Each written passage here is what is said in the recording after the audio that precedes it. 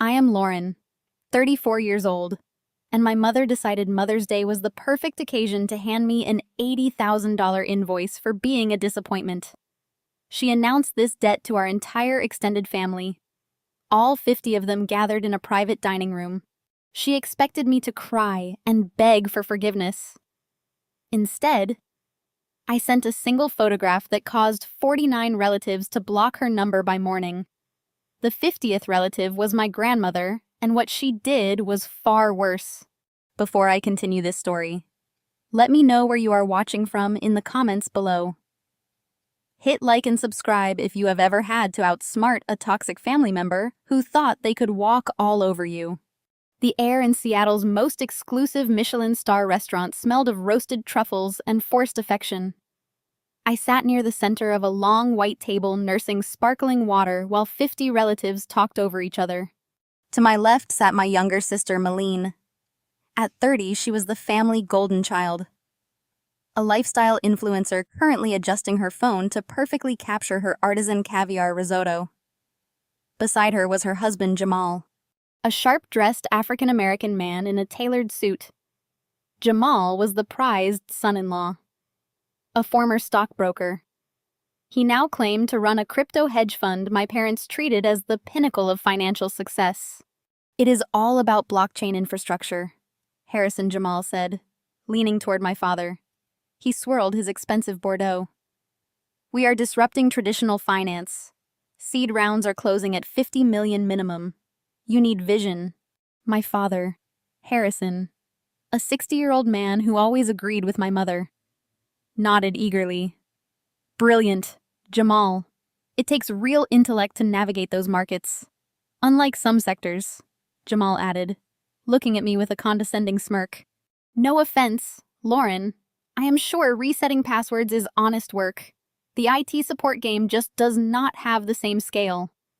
Malene giggled a sharp, piercing sound. "Do not be mean, babe. Lauren's little tech job pays her rent mostly." I did not defend myself. I just took a slow sip of my water. They still called it ET support. What no one in this room knew was that the little tech job was actually a software platform I had built in my Seattle apartment. 2 weeks ago, a Silicon Valley conglomerate acquired it for $75 million in an all-cash deal. I wore a simple black dress, but the custom watch hidden under my sleeve cost more than Jamal's entire wardrobe. I kept quiet because wealth talks, but real power listens. At the head of the table sat my mother, Caroline. At 58, she was obsessed with high society. Her platinum hair was perfectly coiffed. Her neck draped in diamonds I knew were purchased on credit. It was time for gifts. Malene and Jamal presented theirs first, handing over a vibrant orange designer handbag. Caroline gasped, pressing her hands to her cheeks. "Oh, Malene, Jamal, it is breathtaking. You should not have." "Only the best," Jamal beamed. I knew what that bag cost, and I also knew his crypto fund was bleeding cash. The math did not add up, but performative wealth was exactly what Caroline craved. All eyes turned to me. I handed my mother a thick envelope. She opened it, picking at the wax seal. "A weekend retreat at the Salish Lodge," she read aloud, her voice devoid of enthusiasm. "How quaint. Thank you. Lauren, I am sure it is peaceful. It includes full spa treatments," I added quietly. Caroline offered a patronizing smile.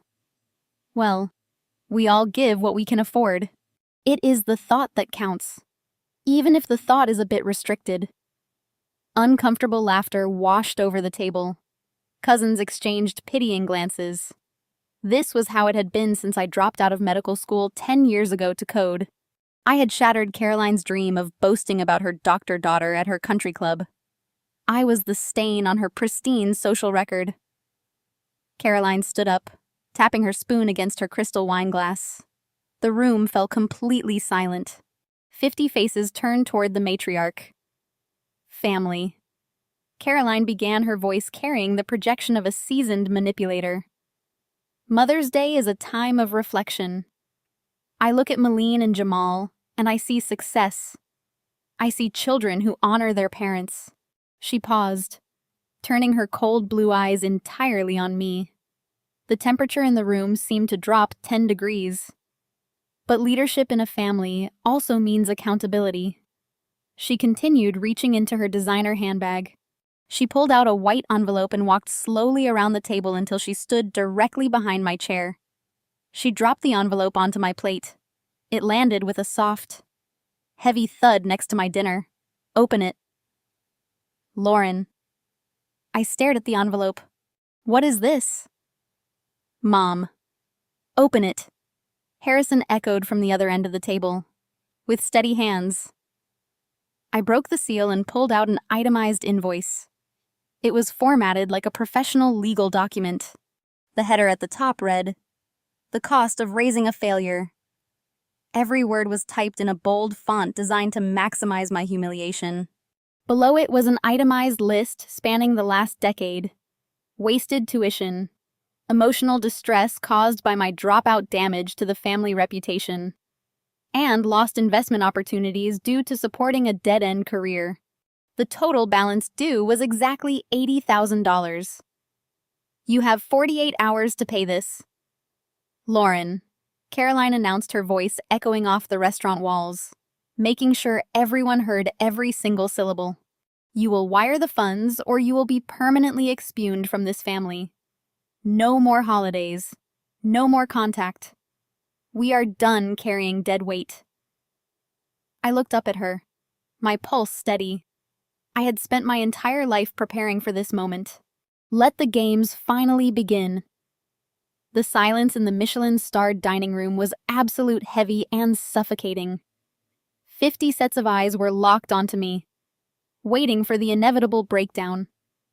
They expected tears. They expected me to beg to explain that my little IT job could not possibly cover an $80,000 extortion fee. To my left, I saw Malene slightly angle her phone, her thumb resting on the record button. She was discreetly filming the humiliation for her private group chats. Ready to share my demise with her followers, beside her.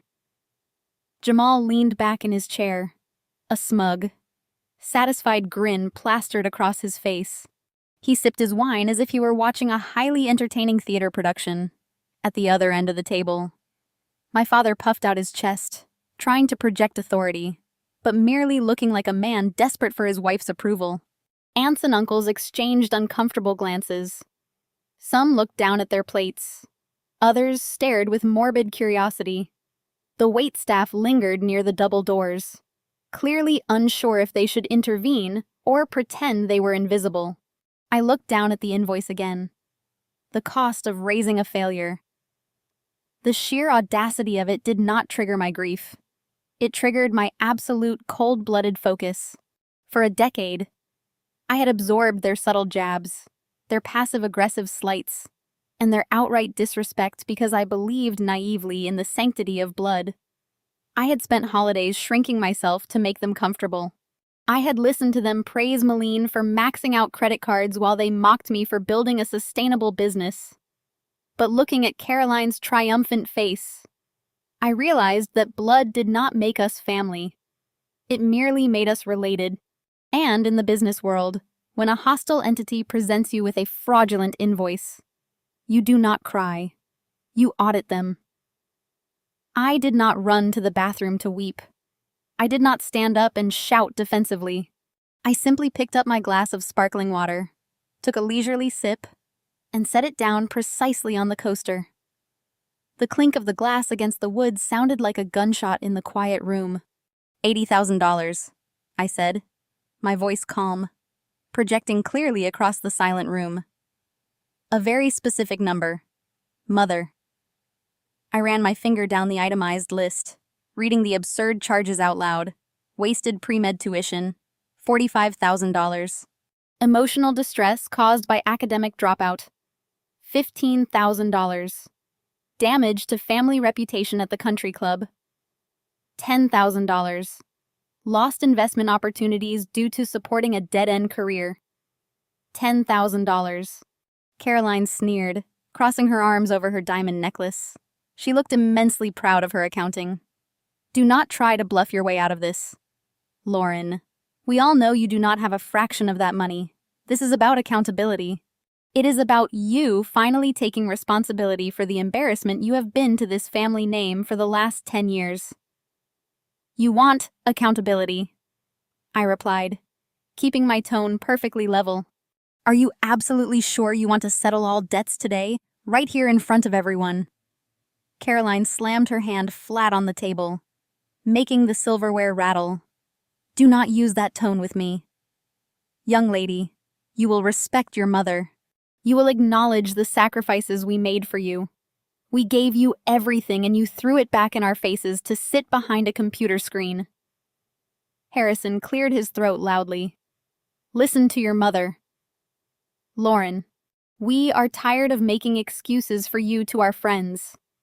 When people ask what our eldest daughter does, we have to change the subject. It is humiliating. I shifted my gaze to my father. You do not have to change the subject. Dad, you choose to because you measure a person's worth by their job title and their bank account. Jamal let out a loud, mocking laugh. He placed his elbows on the table, leaning forward aggressively. Just take the loss. Lauren, you are out of your depth. You cannot even afford the sparkling water in this room, let alone an 80 grand invoice. Why do you not just apologize? Set up a payment plan with your parents, and save us all the headache of looking at your sad face. Malene nodded vigorously, her phone still angled toward me.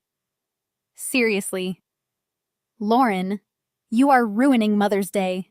Mom just wants you to take responsibility. Is that so hard? You always have to make everything so difficult and dramatic. I looked at my sister, then at her husband, and finally back to my mother. The old me would have shattered under the weight of their combined contempt. The old me would have believed their narrative, internalized their disgust, and spent years trying to earn back their conditional love. But the woman sitting at that table was a CEO who had just outmaneuvered some of the most ruthless venture capitalists in Silicon Valley. This family dinner was child's play compared to a boardroom negotiation.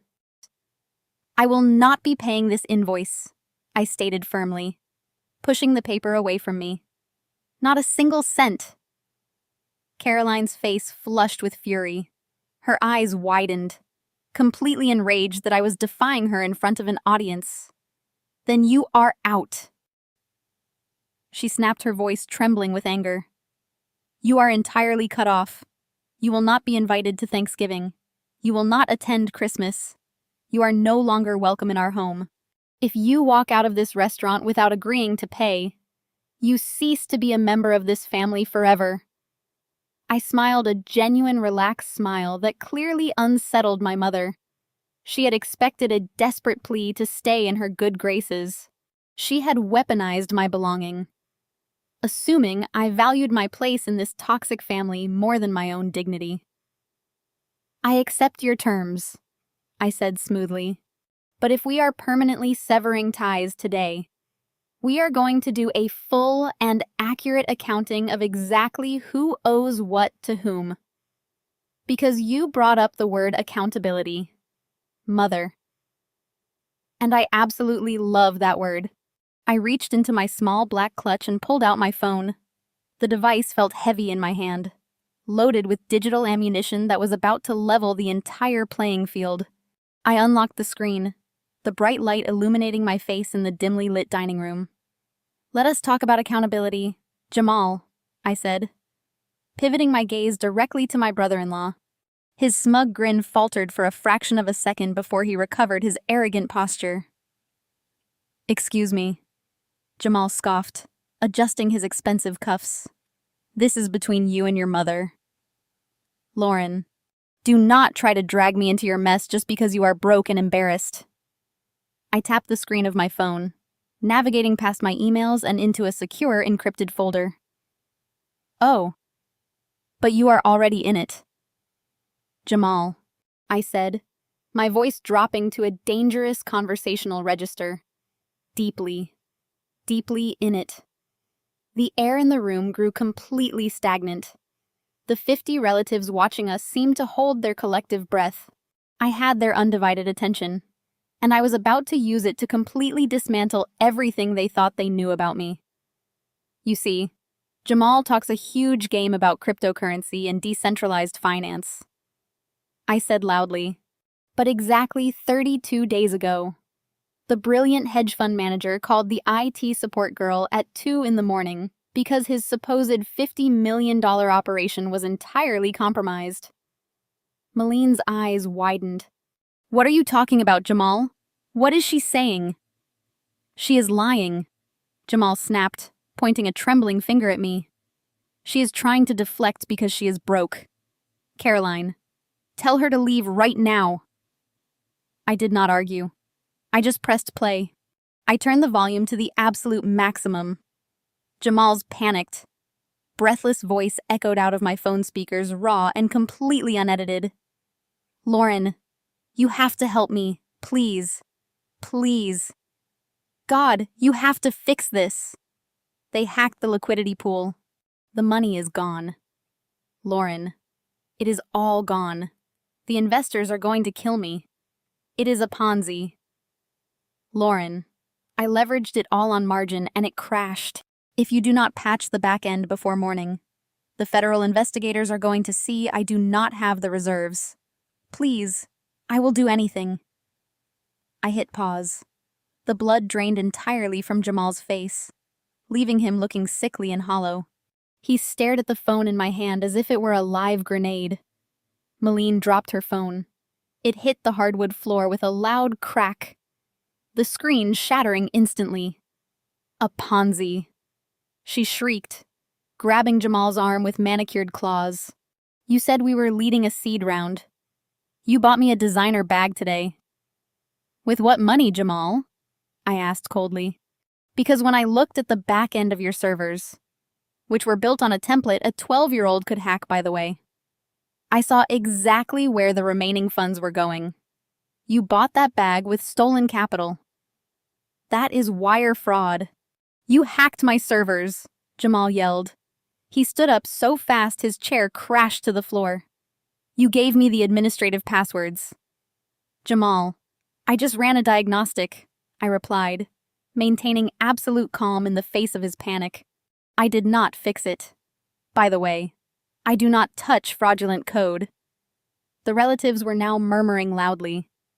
Panic was spreading like a virus. Aunts and uncles who had invested their retirement savings into Jamal's fund were suddenly pulling out their phones, their faces masked in pure horror. Some were already dialing their banks. Malene turned on me, her face flushed with a mix of humiliation and fury.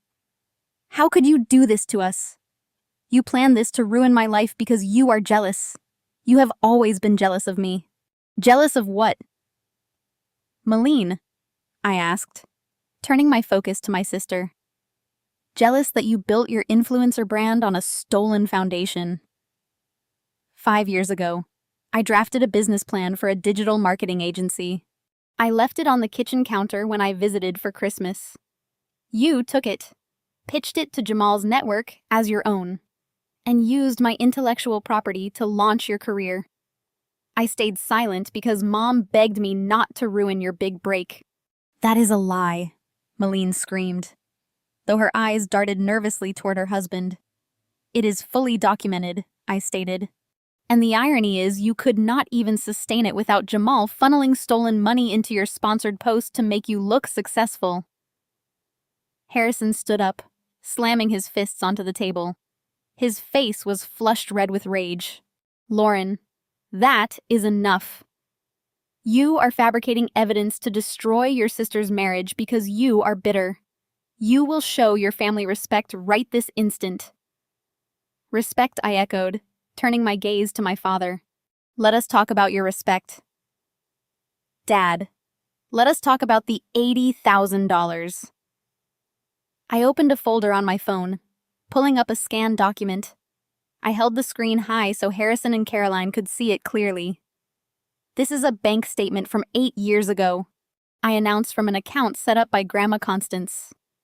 An account specifically designated as my college fund. Do you remember this account? Mom, Caroline visibly stiffened.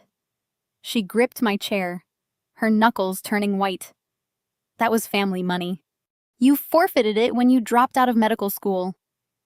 I dropped out 10 years ago, I corrected her, my voice dropping to a glacial chill. This withdrawal was made 8 years ago. Exactly $80,000 withdrawn in a single cashier's check signed by Caroline. I looked directly at Malene, who was currently hyperventilating over her husband's collapsing fraud. Malene, what kind of car did Mom and Dad buy you as a wedding present 8 years ago? Malene blinked tears, ruining her applied makeup. A luxury sports car. And do you know how much that exact model cost 8 years ago, I asked. I did not wait. $80,000. This invoice I held up the ridiculous paper my mother had given me is not a penalty for my failures. It is an accounting trick. You are trying to create a paper trail of owed debts because Grandma Constance has initiated a full audit of her family trusts this month. You are terrified she's going to find out you embezzled my college fund to buy your favorite daughter a car. The collective gasp from the room was palpable. The waitstaff had completely stopped moving. Caroline's jaw dropped. She had severely underestimated me. For a decade, she had treated me like a punching bag. Assuming my silence was weakness, she never anticipated that I was simply gathering data. "You little ungrateful wretch!" Caroline hissed, abandoning all pretense of high society grace. She raised her hand and struck me across the face. The crack echoed loudly. I did not flinch. "You are dead to me." Caroline spat, typing furiously on her phone to email the invoice to everyone. "Send it." "Mom," I whispered. "Make it permanent. Create the written record." Caroline's thumb slammed down on the screen. The digital swoosh of the outgoing message cut through the heavy silence of the dining room. Less than a second later, a synchronized wave of chimes, buzzes, and notification bells erupted across the long table. 50 smartphones lit up simultaneously. Aunts, uncles, and cousins reached into their pockets and purses. I watched their faces as they opened the email. The subject line glowed on their screens, bold and vindictive, labeling me a total failure and a financial parasite. There was a collective intake of breath as they viewed the attached photograph of the $80,000 invoice. Caroline stood at the head of the table, her chest heaving a twisted mask of triumph on her face. She truly believed she had just delivered the ultimate killing blow. She thought this digital excommunication would force me to crumble, to fall to my knees, and beg for readmittance into her elite fabricated reality. Instead, I simply picked up my black clutch from the table. I smoothed the fabric of my dress and looked around the room. The contrast was almost poetic. Malene was sobbing into her linen napkin, her phone shattered on the floor, her influencer fantasy destroyed by the revelation of her husband's wire fraud. Jamal was staring blankly at the wall, gripping his hair, hyperventilating. As the reality of his collapsing Ponzi scheme and impending federal investigations settled over him, Harrison, my father, remained frozen in his chair, stripped of his patriarchal authority, utterly humiliated by the exposed bank statements, proving they had stolen my college fund to buy a sports car. And then there was Caroline standing amid the wreckage of her family, desperately clinging to a fraudulent $80,000 invoice as if it were a shield. "You are done!"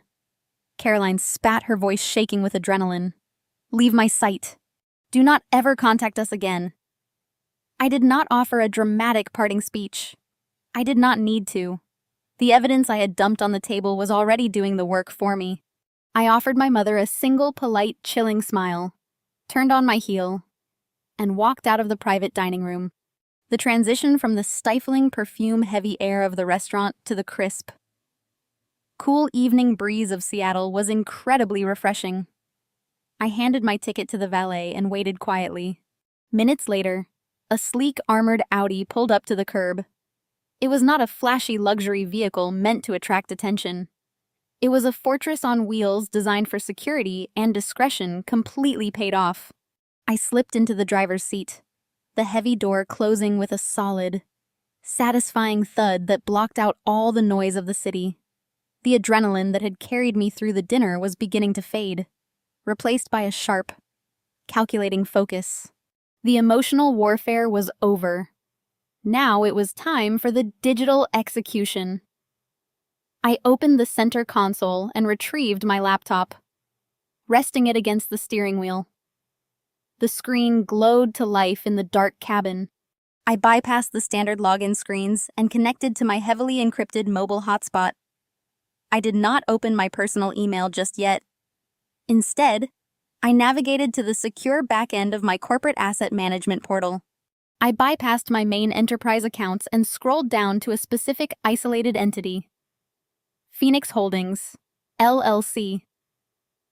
To understand Phoenix Holdings, you had to look back exactly 3 years. Caroline and Harrison had spent decades living far beyond their means to maintain their status at the country club. They took out second and third mortgages to fund luxury vacations, designer wardrobes, and massive injections of cash into Jamal's failing business ventures. Eventually, the bill came due. They defaulted on their massive $5 million estate. The bank initiated foreclosure proceedings. Caroline was days away from having her designer luggage tossed onto the street by the local sheriff. A social humiliation she would not have survived. Then, a mysterious corporate investor swooped in, purchasing the property entirely in cash directly from the bank. This faceless LLC offered my parents a generous lease agreement, allowing them to remain in the home and save face. Caroline and Harrison bragged to the entire family that an anonymous admirer of Harrison's business acumen had bailed them out. They had no idea the anonymous admirer was the daughter they constantly belittled. I bought my childhood home through Phoenix Holdings to prevent them from becoming homeless. I charged them a fraction of the market rent, asking only that they cover the basic property taxes and maintenance. But Caroline and Harrison were entitled. Over the past 14 months, they had stopped paying even that discounted rent. They ignored the notices from the property management company, assuming the faceless corporate landlord would not bother evicting them because Harrison kept promising a massive payout from Jamal's crypto fund. I pulled up the corporate ledger on my screen. I highlighted the outstanding balance for the past 14 months of unpaid rent. The total arrears amounted to exactly $80,000. The poetry of that number was almost too perfect. The sheer hubris of Caroline trying to extort $80,000 from me for being a failure while she secretly owed me the exact same amount just to keep a roof over her head. I opened my email client. Caroline's mass email was sitting in my inbox alongside 50 other recipients. I hit the reply all button. I needed attachments. First, I accessed the legal portal and downloaded the official property deed for the estate, clearly showing Phoenix Holdings, LLC, as the sole owner. Next, I downloaded the corporate ownership documents from the state registry, proving beyond a shadow of a doubt that I was the sole proprietor and managing director of Phoenix Holdings. Finally, I accessed the portal for the King County Sheriff's Office. I downloaded the official court-ordered eviction notice. I had authorized my lawyers to finalize it just 10 minutes prior, knowing exactly how this dinner was going to end. The document bore the bright red stamp of the county legally mandating the immediate removal of Caroline and Harrison from the premises due to severe delinquency. I attached all 3 PDF documents to the email draft.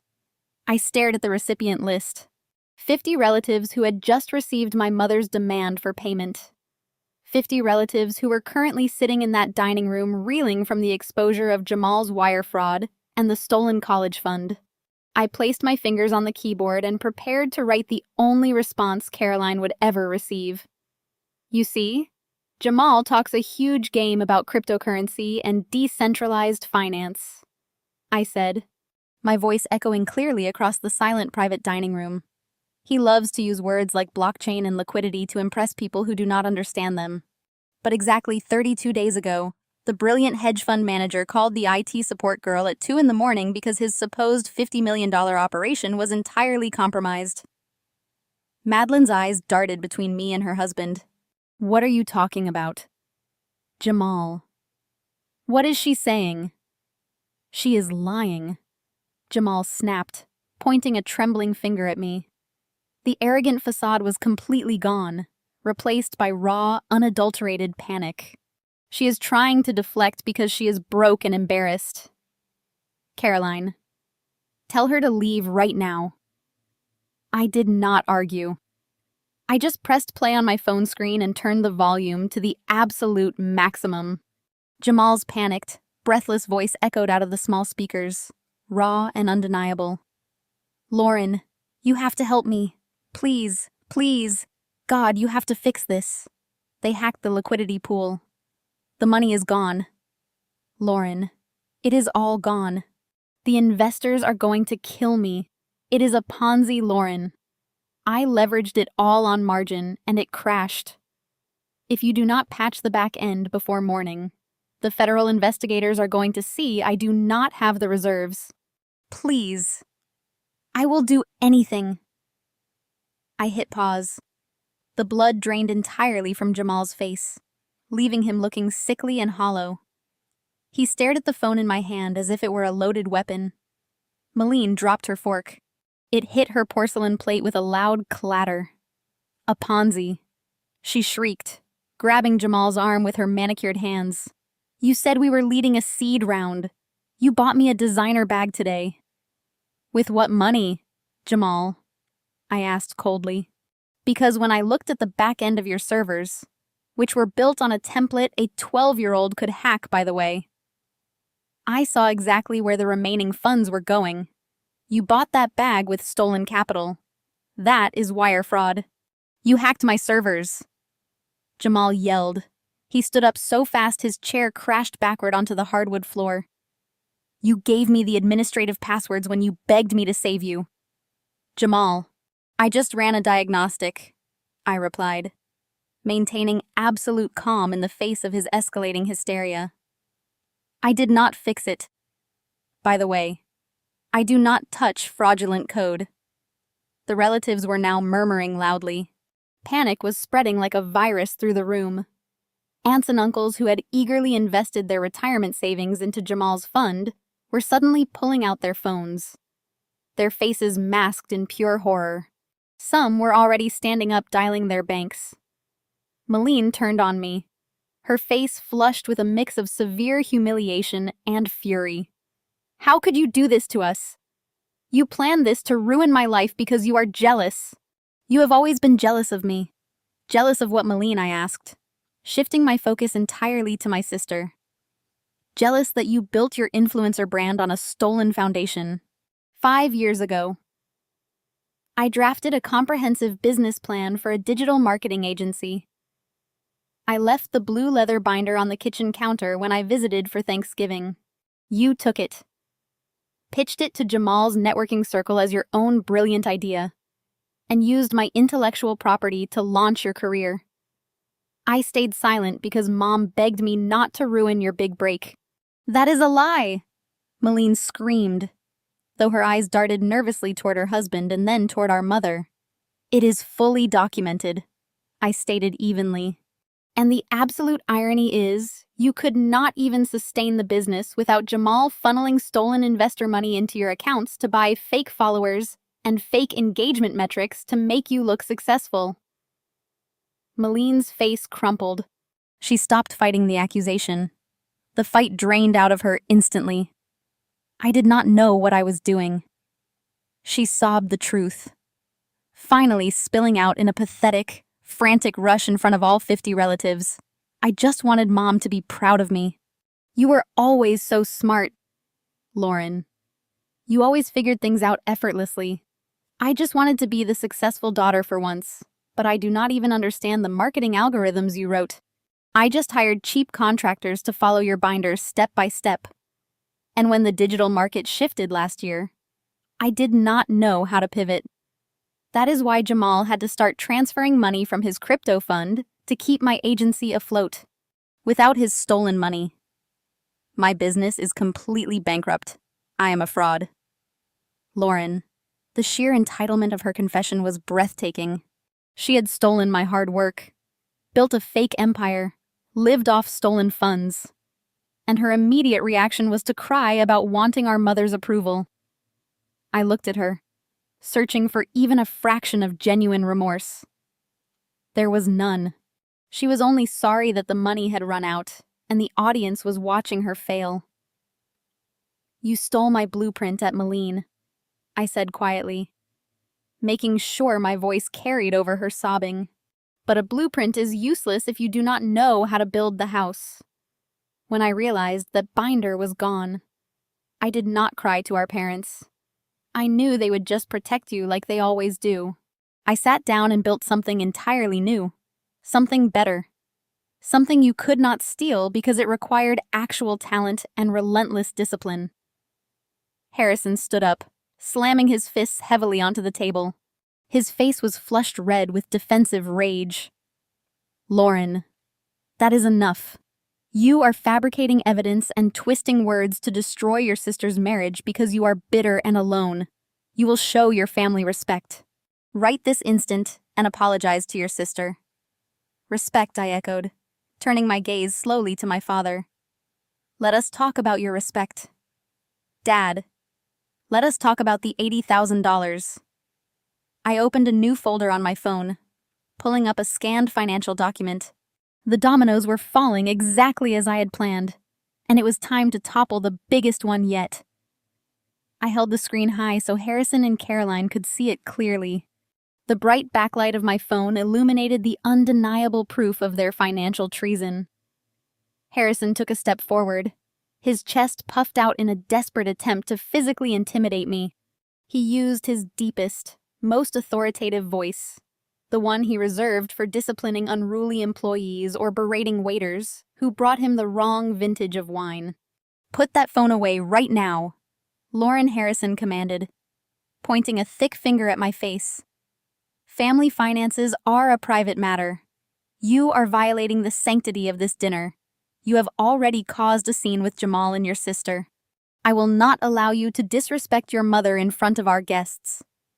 Private, I repeated, raising an eyebrow. Dad. Mom just handed me a printed invoice for $80,000 in front of 50 people and threatened to banish me from the bloodline if I did not wire the funds in 48 hours. You lost the right to privacy the second she made this a public spectacle. Now we are going to look at the numbers. I tapped the screen, zooming in on the top of the document. This is a bank statement from 8 years ago. I announced, projecting my voice so that even the relatives at the far end of the long dining table could hear every single syllable. It is from a high-yield trust account set up by Grandma Constance, an account specifically designated and legally protected as my college and professional development fund. Caroline visibly stiffened. Her impeccable posture suddenly looked rigid and brittle like fragile glass ready to shatter. She gripped the back of her velvet dining chair, her knuckles turning bone white against the dark fabric. That was family money, Caroline interjected, her voice tight and defensive. You forfeited your right to that capital when you selfishly dropped out of your medical program. You abandoned your future. We merely reallocated the assets to better serve the family legacy. I dropped out of my medical program 10 years ago. I corrected her, my tone dropping to a glacial chill. This specific withdrawal was made 8 years ago. Exactly $80,000. It was withdrawn in a single cashier's check authorized and signed by you, Caroline. I pivoted my gaze back to Moline, who was still slumped in her chair, wiping smeared mascara from her cheeks. The revelation of her husband's wire fraud had already broken her. But I needed to connect the final dots for the audience. Moline, I said sharply, demanding her attention. Look at me. What kind of car did Mom and Dad buy you as a wedding present 8 years ago? Moline blinked rapidly, looking frantically between me and our parents. She looked like a trapped animal. A car, she stammered, her voice shaking. They bought me a car. What kind of car? Moline, I pressed, taking a step toward her. Say it out loud. A Porsche. she whispered, shrinking back into her seat. A white Porsche Macan. And do you know how much a fully loaded baseline Porsche Macan cost exactly 8 years ago, I asked? I did not wait for her to guess. I looked around the room, making eye contact with my aunts and uncles. $80,000 down to the absolute cent. A heavy, suffocating silence blanketed the room. The math was undeniably simple, and the 50 guests sitting at the table were doing it in their heads. This invoice, I said, picking up the ridiculous piece of paper my mother had dropped on my plate and waving it in the air. This invoice is not a penalty for my alleged failures. It is not about accountability or teaching me a lesson. It is a desperate, sloppy accounting trick. Harrison swallowed hard, the color draining from his face. Lauren, you do not understand estate management. We were legally entitled to manage those funds as your parents. You were legally obligated to manage them as fiduciaries. I fired back, quoting the exact legal terminology my corporate lawyers had taught me. But you did not manage them, you stole them. And you are only bringing this up today because Grandma Constance initiated a full comprehensive forensic audit of all her family trusts this month. Caroline gasped, her hand flying to her throat. Yes, Mom. I smiled, a cold and calculated expression. Grandma Constance called me last week. She asked for my signature to release the historical banking records for that specific trust. She is looking for the missing $80,000. You are terrified she is going to find out you embezzled your eldest daughter's college fund just to buy your favorite daughter a luxury sports car to maintain your fake wealthy image at the country club. The collective gasp from the room was palpable. Aunts whispered furiously to uncles. Cousins typed rapidly on their phones under the table. The waitstaff had completely stopped moving, standing frozen by the kitchen doors. You thought you could bully me into giving you the cash? I continued, stepping closer to Caroline. You thought you could publicly shame me into wiring you $80,000 today, so you could quietly deposit it back into the trust account before the auditors finished their review on Monday morning. You needed a scapegoat to save yourselves from being charged with felony embezzlement. Harrison raised his hands, palms facing outward in a gesture of surrender. Lauren, please keep your voice down. If your grandmother hears about this, she will cut us out of the main estate. She will ruin us. We just needed a short-term loan. We were going to pay you back once Jamal's crypto fund delivered its quarterly dividends. I laughed, a sharp, humorless sound that echoed off the crystal chandeliers. Jamal's crypto fund is a Ponzi scheme. Dad, there are no dividends. He is about to be indicted for wire fraud. You hitched your wagon to a sinking ship and you burned my future to buy the tickets. Caroline's jaw dropped. She looked around the room, realizing that every single person she had invited to witness my humiliation was now witnessing her complete and utter destruction. She had severely underestimated me for a decade. She had treated me like an emotional punching bag, assuming my silence was weakness. Assuming my lack of a medical degree meant I was stupid. She never anticipated that I was simply gathering data, building my resources, and waiting for the exact right moment to strike. This is a lie, Caroline shrieked, abandoning all pretense of high society grace. Her voice was shrilled, desperate, and ugly. You manipulated these documents. You hacked the bank just like you hacked Jamal's servers. You are trying to destroy this family because you have always been a bitter, jealous, antisocial outcast. You can shout all you want. Mom, I replied, sliding my phone back into my black clutch. The audit completes on Monday. Grandma Constance will have the official bank records straight from the source.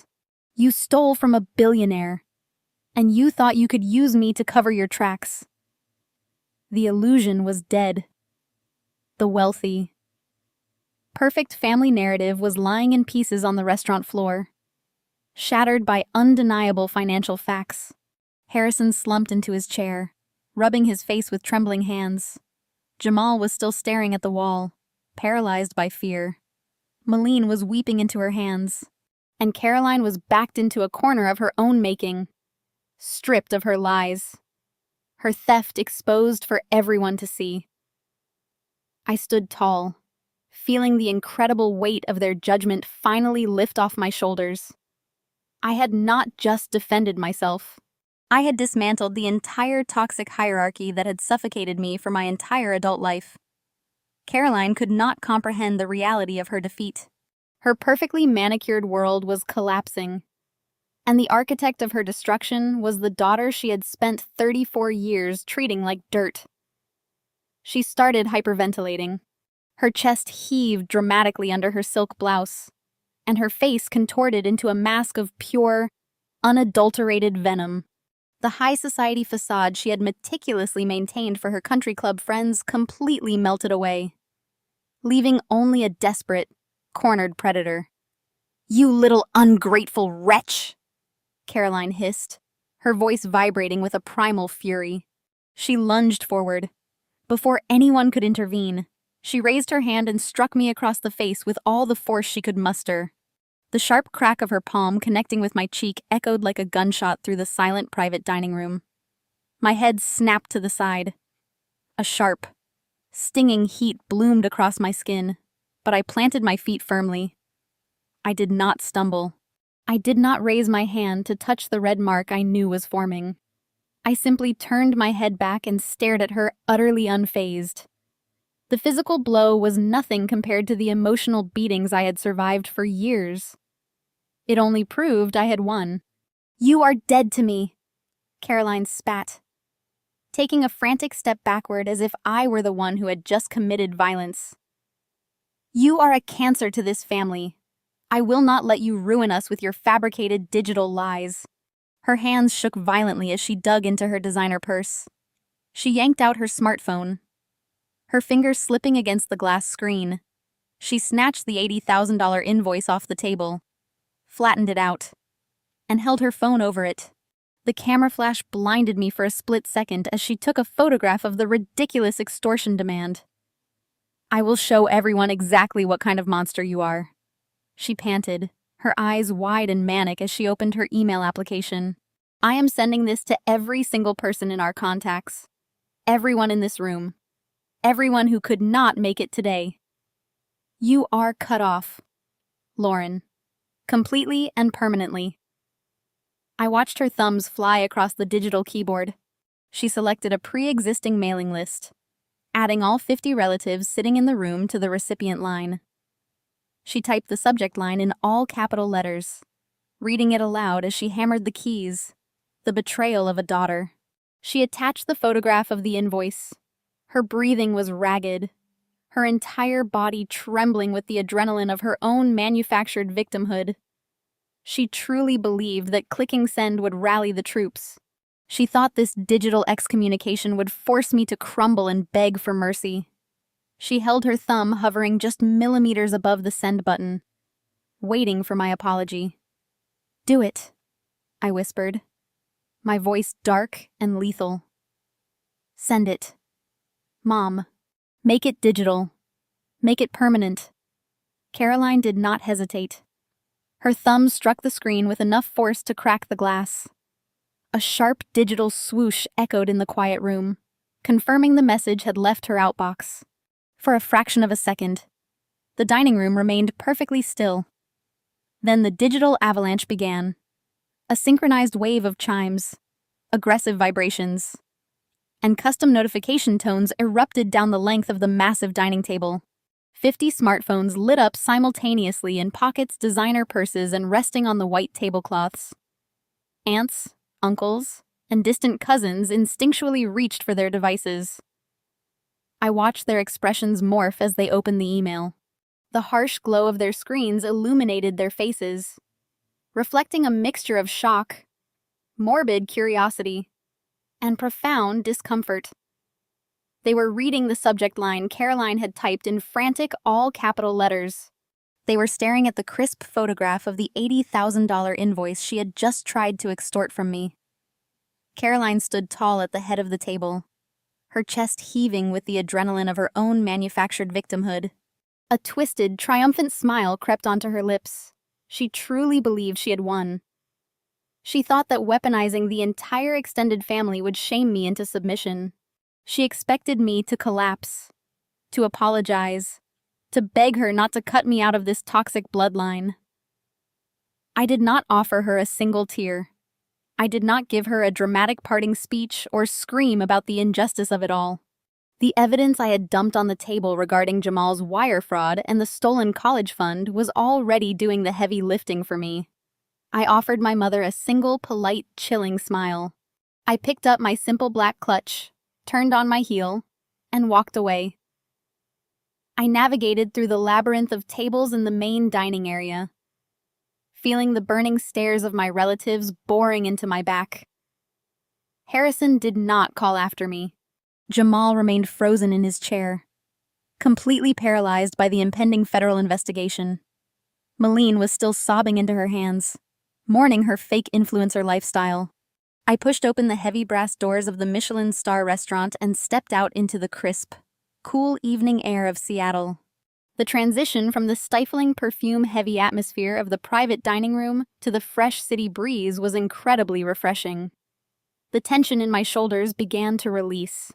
I walked over to the valet stand and handed the attendant my ticket. He smiled politely, disappearing down the block to retrieve my vehicle.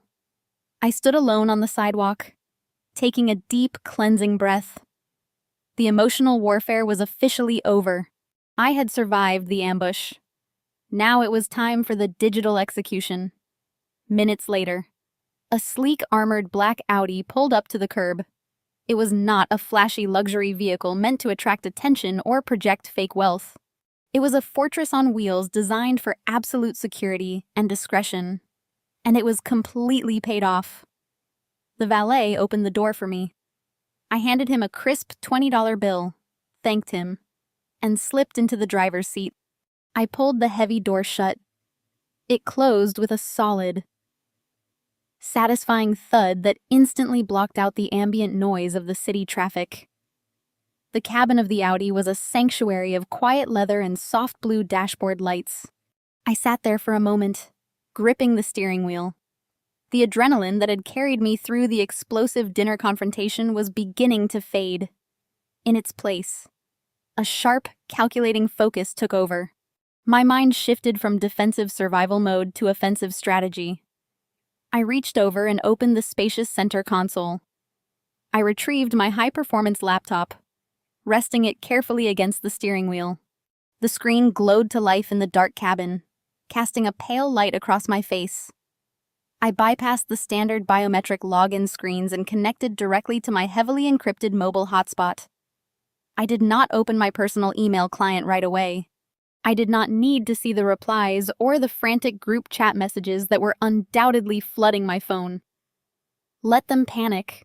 Let them digest the reality of the stolen college fund and the cryptocurrency Ponzi scheme. I had bigger moves to make. Instead of checking my inbox, I navigated to the secure backend of my corporate asset management portal. This was the digital nerve center of the wealth I had built entirely in secret over the last 10 years. I bypassed my main enterprise accounts, the ones holding the $75 million acquisition funds, and scrolled down to a specific isolated entity. Phoenix Holdings, LLC. I clicked on the folder. The screen populated with legal deeds, tax records, and bank routing numbers. To understand the true power of Phoenix Holdings, you had to look back exactly 3 years. Caroline and Harrison had spent decades living far beyond their means to maintain their fraudulent status at the country club.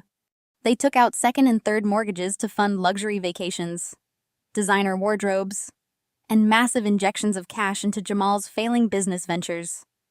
Eventually, the bill came due.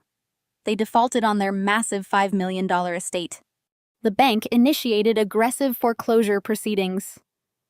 Caroline was days away from having her designer luggage tossed onto the street by the local sheriff. It was a social humiliation she would not have survived. Then a mysterious corporate investor swooped in, purchasing the property entirely in cash directly from the bank. This faceless limited liability company offered my parents a highly generous lease agreement, allowing them to remain in the home and save face. Caroline and Harrison bragged to the entire family that an anonymous admirer of Harrison's business acumen had bailed them out.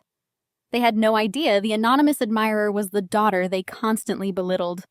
I bought my childhood home through Phoenix Holdings to prevent them from becoming homeless. I charged them a fraction of the market rent, asking only that they cover the basic property taxes and maintenance. But Caroline and Harrison were entitled. Over the past 14 months, they had stopped paying even that heavily discounted rent. They ignored the notices from the property management company, assuming the faceless corporate landlord would not bother evicting them because Harrison kept promising a massive payout from Jamal's crypto fund.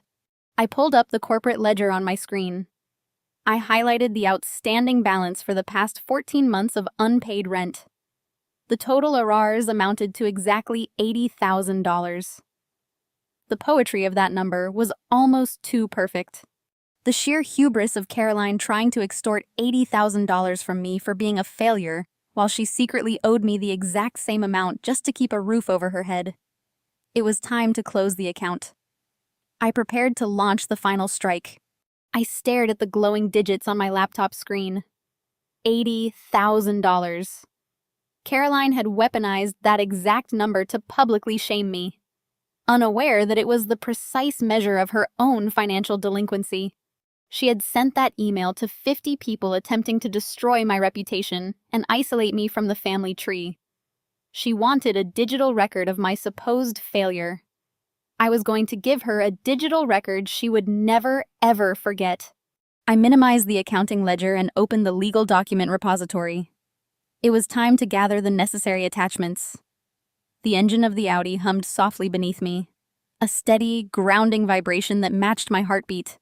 I cracked my knuckles, adjusting the screen angle. The trap had been set for 14 months. Caroline had just willingly walked right into it, handed me the remote detonator, and dared me to press the button. I took one last deep breath of the quiet air inside my car. The war was no longer happening in the restaurant. It was happening right here on my keyboard. I opened my email client, watching Caroline's frantic message sitting at the very top of my inbox. The subject line glared at me in bold text: "The betrayal of a daughter." I clicked open the message, shaking my head at the sheer theatricality of it all. Caroline had typed a 3-paragraph manifesto detailing my supposed financial ruin, my jealousy of Malene, and my unforgivable disrespect toward the family hierarchy. She attached the photograph of that laughable $80,000 invoice, demanding that the 50 relatives on the chain cut all ties with me immediately. It was a digital witch hunt orchestrated by a woman who had absolutely no idea she was holding a match inside a powder keg. I did not draft a reply right away. Instead, I minimized the email client and opened a highly secured financial dashboard. The screen authenticated my biometric scan, bypassing layers of enterprise-grade encryption. The interface loaded, displaying my consolidated global assets. The bold green numbers at the top of the screen read $75 million in liquid capital. This was the direct result of the Silicon Valley acquisition I had closed just 14 days prior. My software platform, the one Jamal had dismissed as resetting passwords, was now integrated into half the Fortune 500 companies in North America. But liquid cash was only one fraction of my portfolio.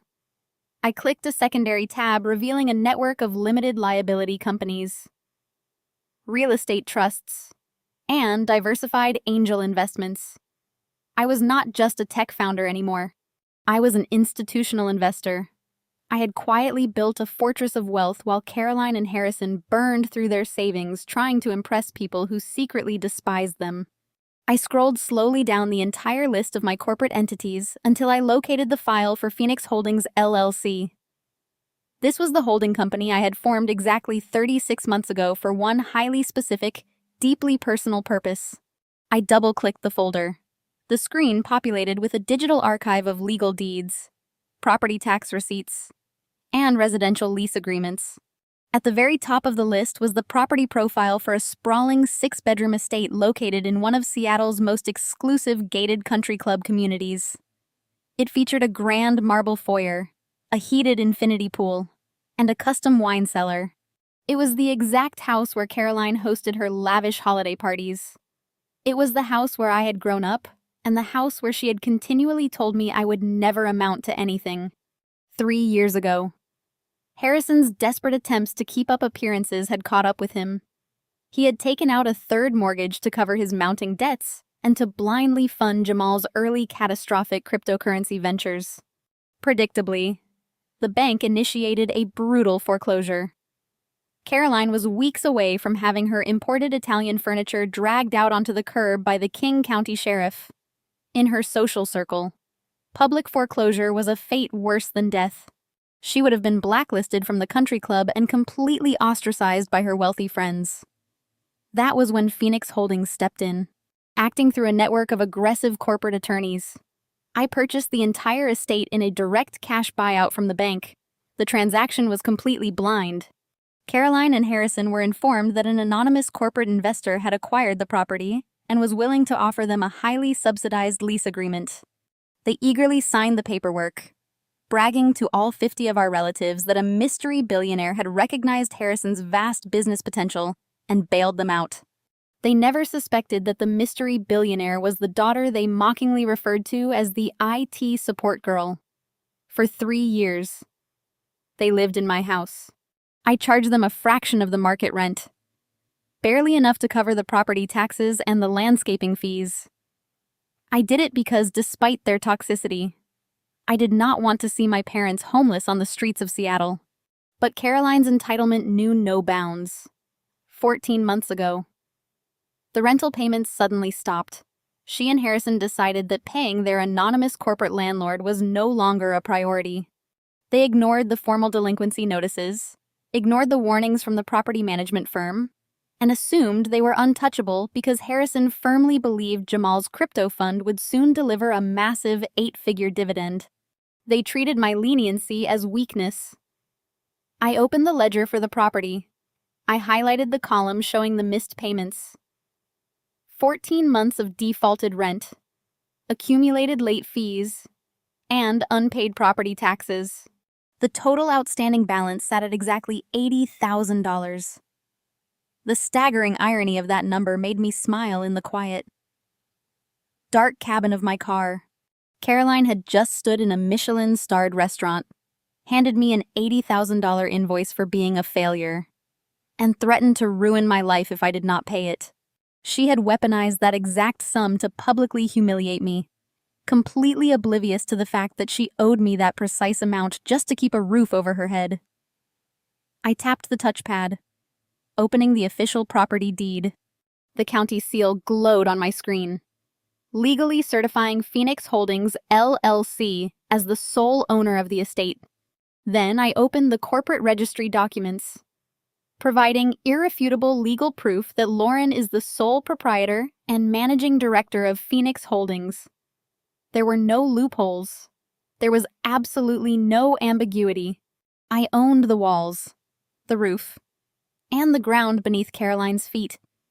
I dragged the downloaded PDF files directly onto my desktop. These were not just legal documents. They were the ultimate instruments of accountability. Caroline wanted to create a written record of my failure to share with 50 relatives. I was going to give her a written record she would never be able to erase. The power dynamic had not just shifted, it had completely inverted. I was no longer the outcast daughter begging for a seat at the table. I was the landlord, and the rent was now entirely past due. I clicked the Reply All button. The recipient list instantly expanded across the top of my screen. A dense block of text containing the digital addresses of every single relative sitting in that private dining room, plus a few dozen more who had been spared the physical dinner, but were now front-row spectators to the digital slaughter. 50 names. 50 people who had spent the last decade whispering behind my back, pitying me or outright ignoring my existence because I did not fit into Caroline's curated country club fantasy. Before typing a single word, I took a moment to actually read the manic manifesto my mother had blasted out to the family. The subject line, "The betrayal of a daughter," was just the beginning. The body of the email was a masterclass in narcissistic manipulation. Caroline painted herself as a weeping, long-suffering martyr who had sacrificed everything for an ungrateful, unstable child.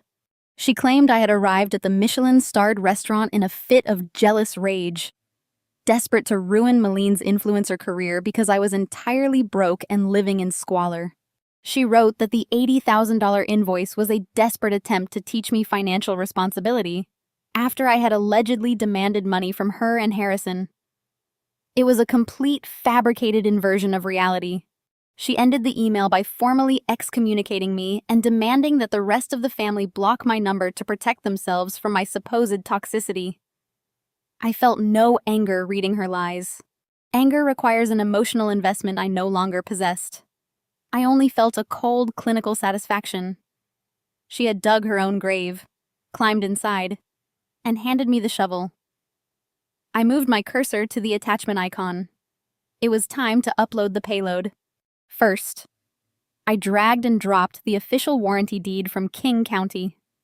The document was a high-resolution scan complete with the blue ink stamps and the raised seal of the county clerk. It detailed the transaction from 3 years ago, showing the transfer of the $5 million estate from the foreclosing bank directly to Phoenix Holdings LLC. It listed the exact address of the sprawling 6-bedroom mansion where Caroline currently slept.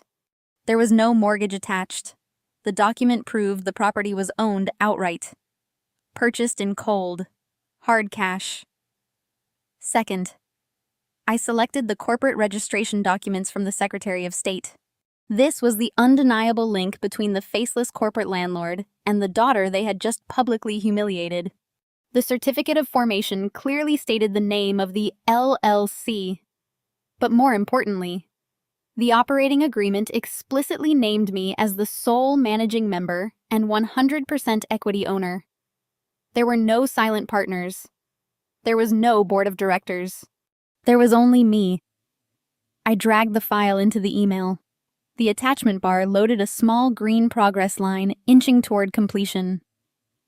Third, I uploaded the residential lease agreement. It bore Caroline and Harrison's physical signatures at the bottom of the final page, right next to the signature of my corporate attorney, acting as a proxy for Phoenix Holdings. The lease outlined the heavily subsidized monthly rent I had graciously offered them to keep them from becoming homeless. Fourth, and perhaps most devastatingly, I attached the official accounting ledger for the property. I had my financial team highlight the final column in bright yellow. It showed 14 consecutive months of missed payments, ignored late fees, and defaulted property taxes that I had been forced to cover out of my own pocket. The bold number at the very bottom of the ledger was impossible to misinterpret. The total outstanding debt was exactly $80,000. I stared at the 4 attachments sitting in the draft window. They were absolute, irrefutable proof of reality. They shattered the illusion of Harrison's wealth. They exposed Caroline as a fraudulent squatter living on the charity of the child she despised. Finally, I placed my cursor in the main text box. A response to a 50-person email chain required absolute precision. I did not want to sound offensive. I did not want to sound emotional, angry, or vindictive. I needed to sound like an executioner reading a verdict. I let my fingers hover over the backlit keyboard for a fraction of a second before I began to type. I started with a simple formal greeting to Caroline and the extended family. I hit the enter key twice, creating a crisp visual break. The attached invoice for $80,000 has been received and reviewed. Coincidentally, this fabricated penalty perfectly matches the exact outstanding balance on your residential lease agreement. For the past 14 months, you and Harrison have defaulted on your rent at the estate you currently occupy.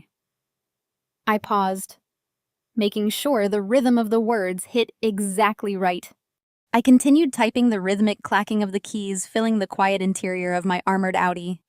3 years ago, when the bank foreclosed on your home due to massive financial insolvency and Jamal's failed investments, You told this family an anonymous billionaire saved you. Please refer to the attached corporate ownership documents. I am Phoenix Holdings, LLC. I bought your debt. I own your house. I subsidized your lifestyle to save you from public humiliation. I leaned back against the leather headrest, reading the paragraph over. It was devastatingly concise. I leaned forward to type the final lethal blow. You demanded $80,000 today under the guise of accountability. I accept your terms because you have publicly severed our relationship. My charity has officially concluded. Your outstanding rental debt of $80,000 is now due in full. Furthermore, because you have established that we are no longer family, I am proceeding with standard corporate protocol for delinquent tenants. I had one last document to attach, the final nail in the coffin. I opened the folder containing the legal actions my lawyers had executed just minutes before the dinner began. I dragged the King County Sheriff's eviction notice into the email. I typed the final sentence. An official notice of eviction has been processed. The authorities have posted the mandate on your front door. You have 72 hours to vacate my property. Sincerely, the IT support girl. I read the entire draft from top to bottom. It was a masterpiece of corporate retaliation. It addressed every lie Caroline had told, backed up every claim with legally binding documentation, and delivered a consequence so catastrophic it would permanently alter the family hierarchy. There was no room for debate. There was no room for Caroline to spin a new narrative or play the victim. The math was perfect. The legal standing was absolute. I moved the cursor over the blue send button. My heart beat with a steady, powerful rhythm. The dark cabin of the car felt like a war room.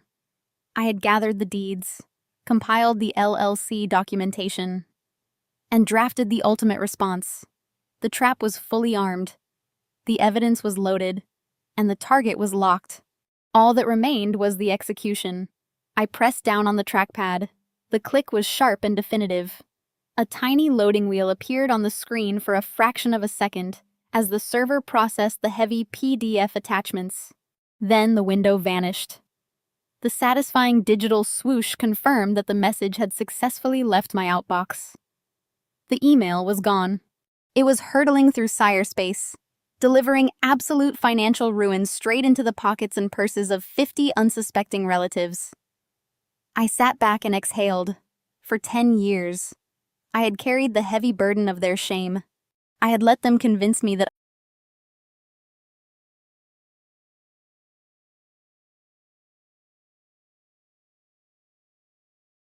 their mockery and swallowed my pride to keep the peace. With one single click of a button, I had transferred all that shame right back to where it belonged. The crushing weight was entirely lifted off my shoulders. I felt lighter than air. I closed the laptop. The glowing screen snapped to black, plunging the cabin of my car into comfortable darkness. I placed the computer securely back inside the center console and locked it. Outside the tinted windows of my vehicle, the city of Seattle continued its evening routine. Pedestrians walked briskly past the glowing storefronts. Taxis rolled down the wet asphalt. None of them knew that a massive social detonation was currently unfolding just 50 yards away, behind the heavy brass doors of the Michelin-starred restaurant. I leaned my head against the plush leather headrest and simply listened to the quiet hum of my engine. I pictured the exact sequence of events happening inside that private dining room. I imagined the synchronized buzzing of 50 smartphones. I pictured Caroline standing triumphantly at the head of the table, her smug smile freezing as she checked her own screen. I envisioned the collective gasp as aunts, uncles, and cousins opened the attachments and stared at the undeniable legal proof of my parents' bankruptcy, their lies, and their impending eviction. The truth is a terrifying weapon when deployed against people who have built their entire existence on a foundation of lies. They had demanded transparency and accountability. I had delivered it in the most brutal, legally binding format possible. There was absolutely no way to gaslight their way out of county court documents and property deeds. The illusion was dead. I reached out and shifted the car into drive. I did not need to stick around to watch the physical fallout. The blast radius was already contained within their digital inboxes. I merged smoothly into the evening traffic, leaving the restaurant and the remnants of my toxic family far behind me in the rear-view mirror. I drove toward my downtown penthouse with a clear mind and a steady heartbeat, fully prepared for the hurricane of consequences that would inevitably touch down tomorrow morning. I knew my phone would start to ring very soon, but I would not answer. Let them drown in the deafening, undeniable silence. As I merged onto the interstate, the heavy silence inside my Audi was broken by the sharp rapid-fire chiming of my phone. I had placed it in the passenger seat. I did not intend to answer any calls, but my curiosity regarding the immediate blast radius was undeniable. I tapped the console screen, syncing the device to my car audio system. I did not pick up the incoming calls, but I allowed the live voicemails to play directly through the surround sound speakers. This gave me a front row seat to the exact moment my email detonated inside that private dining room. Through the crisp audio connection, I heard the initial synchronized wave of notifications.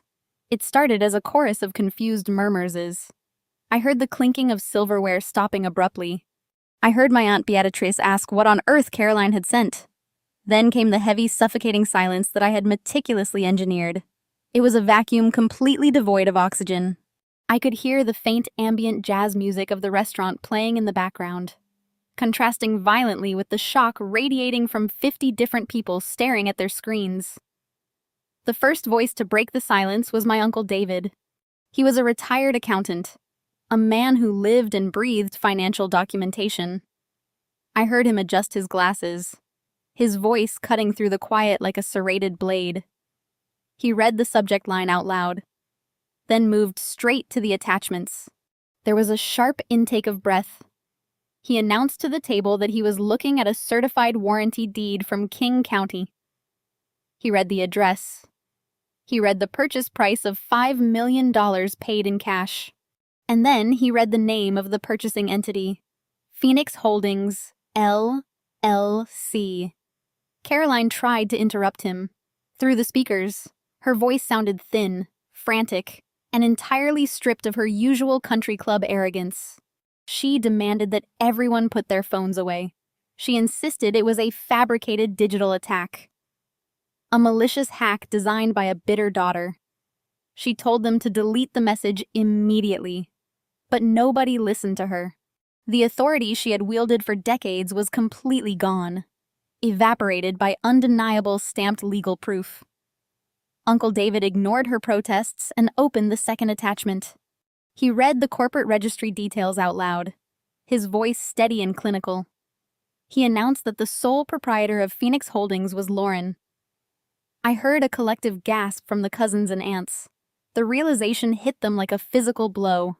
The anonymous billionaire investor they had spent 3 years worshipping was the exact same woman they had just allowed Caroline to publicly humiliate and banish. Then came the third attachment. Someone, I think it was my cousin Mark, read the rental ledger. He recited the numbers. 14 months of missed payments, ignored late fees, defaulted property taxes. He reached the bottom line and announced the total outstanding debt, $80,000. The irony hung heavily over the room.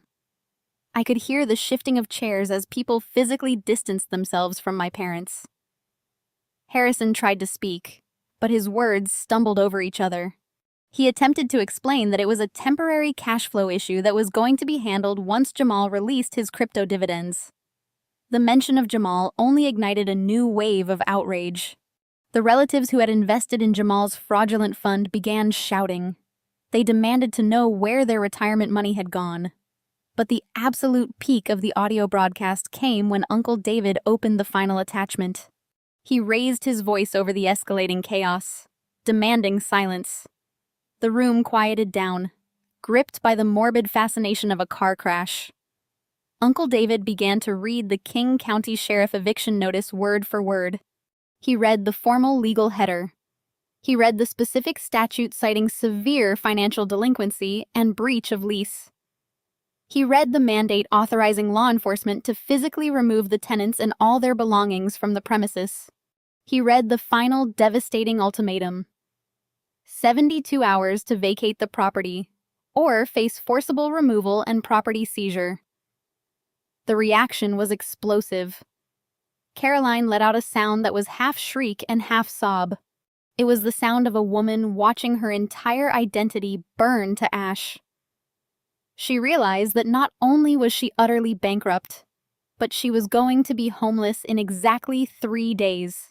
The sheriff was going to show up at her front door in broad daylight in the middle of her prestigious gated community and drag her imported furniture onto the lawn. Her social death was guaranteed. Harrison began to panic. I heard him begging Uncle David for a loan, pleading with the aunts and uncles to pull some money together to cover the $80,000 debt so they could negotiate a stay of eviction. The response from the family was brutal and immediate. Voices overlapped in a chorus of absolute rejection. They called Harrison a parasite. They called Caroline a manipulative thief. They demanded to know how my parents could steal an $80,000 college fund from their own child, use it to buy a sports car, and then tried to extort that exact same amount from that same child to cover their unpaid rent. Malene tried to scream over the noise, crying about her ruined reputation. But her cries were drowned out by the fury of 50 betrayed relatives. I listened to the symphony of their destruction as I drove through the neon-lit streets of downtown Seattle. The Grandmother's Day dinner had officially devolved into a mass exodus. I kept my eyes on the road, my hands resting lightly on the leather steering wheel. I felt no guilt. They had built their own cages, forged the locks, and handed me the key. I simply locked the door, threw the key into the ocean, and walked away. The audio feed coming through my car speakers shifted from a chaotic roar of 50 angry relatives to a sharp, high-pitched wheezing. It was Caroline, the invincible matriarch of our family, was hyperventilating. I could hear the desperate, ragged gasps for air as she struggled to draw oxygen into her lungs. She was experiencing a full-blown panic attack right in the middle of the Michelin-starred dining room. The realization that she was no longer a wealthy socialite, but a fraud facing immediate eviction had finally broken her psychological defenses. Her mind simply could not process the magnitude of her social execution. She tried to speak, but her words came out as frantic, disjointed sobs. She kept repeating that there had to be a mistake, that the bank must have made an error, completely ignoring the fact that the bank had not owned the property for 3 years. I owned it, and I did not make errors. Beside her, the reality of the situation was crashing down on Harrison with the weight of a freight train. For his entire adult life, my father had relied on a combination of blind luck, empty charisma, and Caroline's relentless social climbing to keep himself afloat. He had always managed to find a loophole or a bailout, but as Uncle David's voice cut through Caroline's sobbing, rereading the 72-hour mandate on the King County eviction notice, Harrison hit a solid brick wall. There were no loopholes in a sheriff's mandate. The document was absolute. I heard the exact moment Harrison realized he was effectively homeless. His voice trembled as he asked Uncle David to read the date on the notice again. When Uncle David confirmed that the 72-hour countdown had officially started the moment the notice was posted on their front door earlier that evening, Harrison let out a sound of pure, unadulterated despair. He realized they did not even have the weekend to pack. By Tuesday morning, armed deputies would be standing on their pristine, manicured lawn, forcibly removing them from the premises. Panic breeds desperation, and desperation destroys loyalty. The united front my parents had presented just 20 minutes prior completely evaporated. Harrison turned on Caroline with a viciousness I had never heard him use before. Through the speakers, his voice boomed over the remaining relatives. He demanded to know why she had pushed the issue tonight. He screamed that they could have just kept quiet, kept their heads down, and figured out a way to plate the anonymous landlord. He blamed her obsession with humiliating me for triggering the audit of their entire lives. "You just had to hand her that stupid invoice," Harrison bellowed. his voice cracking with panic. You could not just eat your dinner and smile. You had to make a show of it. Now we have nowhere to go. Caroline, we have no money, no credit, and no house. We are on the street because you wanted to play God with an $8,000 piece of paper. Caroline, gasping for breath, fired back with equal venom. She blamed him for losing the $5 million estate in the first place. She shrieked that if he had been a real man, a real provider, they never would have faced foreclosure 3 years ago. She reminded him loudly that it was his brilliant idea to sink their remaining equity into Jamal's fraudulent crypto fund. They were tearing each other apart, stripping away decades of marital solidarity in front of their siblings and cousins. The polished, wealthy couple who hosted lavish Thanksgiving dinners and posed for country club newsletters was dead. In their place stood 2 terrified bankrupt squatters, fighting over the ashes of their own manufactured ruin. Aunts and uncles began quietly gathering their coats, desperate to escape the blast radius of this toxic implosion. The sound of chairs pushing back and hushed goodbyes filtered through the audio, signaling the mass exodus of our bloodline. I drove steadily down the interstate, listening to the spectacular collapse of their empire. I kept my breathing slow and measured. This was the raw, unfiltered truth of the people who had raised me.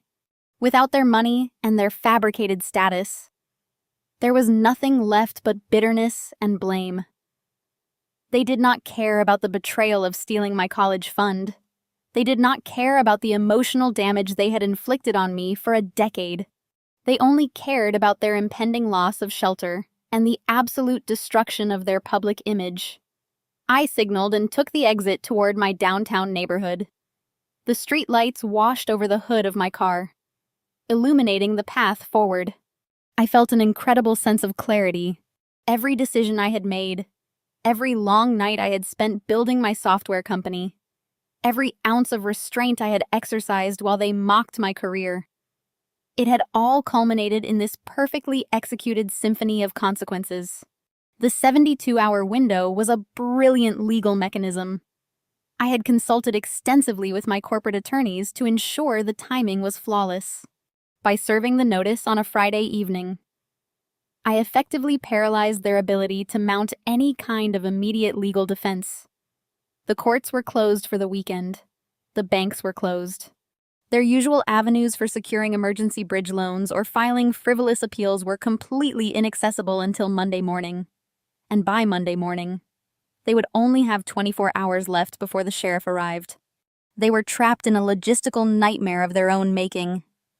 I heard Maline's voice cutting into the argument, begging her parents to stop fighting. She asked if they could just go back to the house and pack their valuables. Harrison quickly shut her down, pointing out that they could not even afford a moving company on short notice, let alone a climate-controlled storage unit large enough to hold a $5 million estate's worth of imported Italian leather furniture and custom artwork. The realization that they were going to lose their physical possessions as well as the house sent Caroline into another spiral of hyperventilation. I reached out and tapped the console screen, ending the live audio feed. The car was instantly filled with the soothing, quiet hum of the engine. I had heard enough. The initial shockwave had done its job.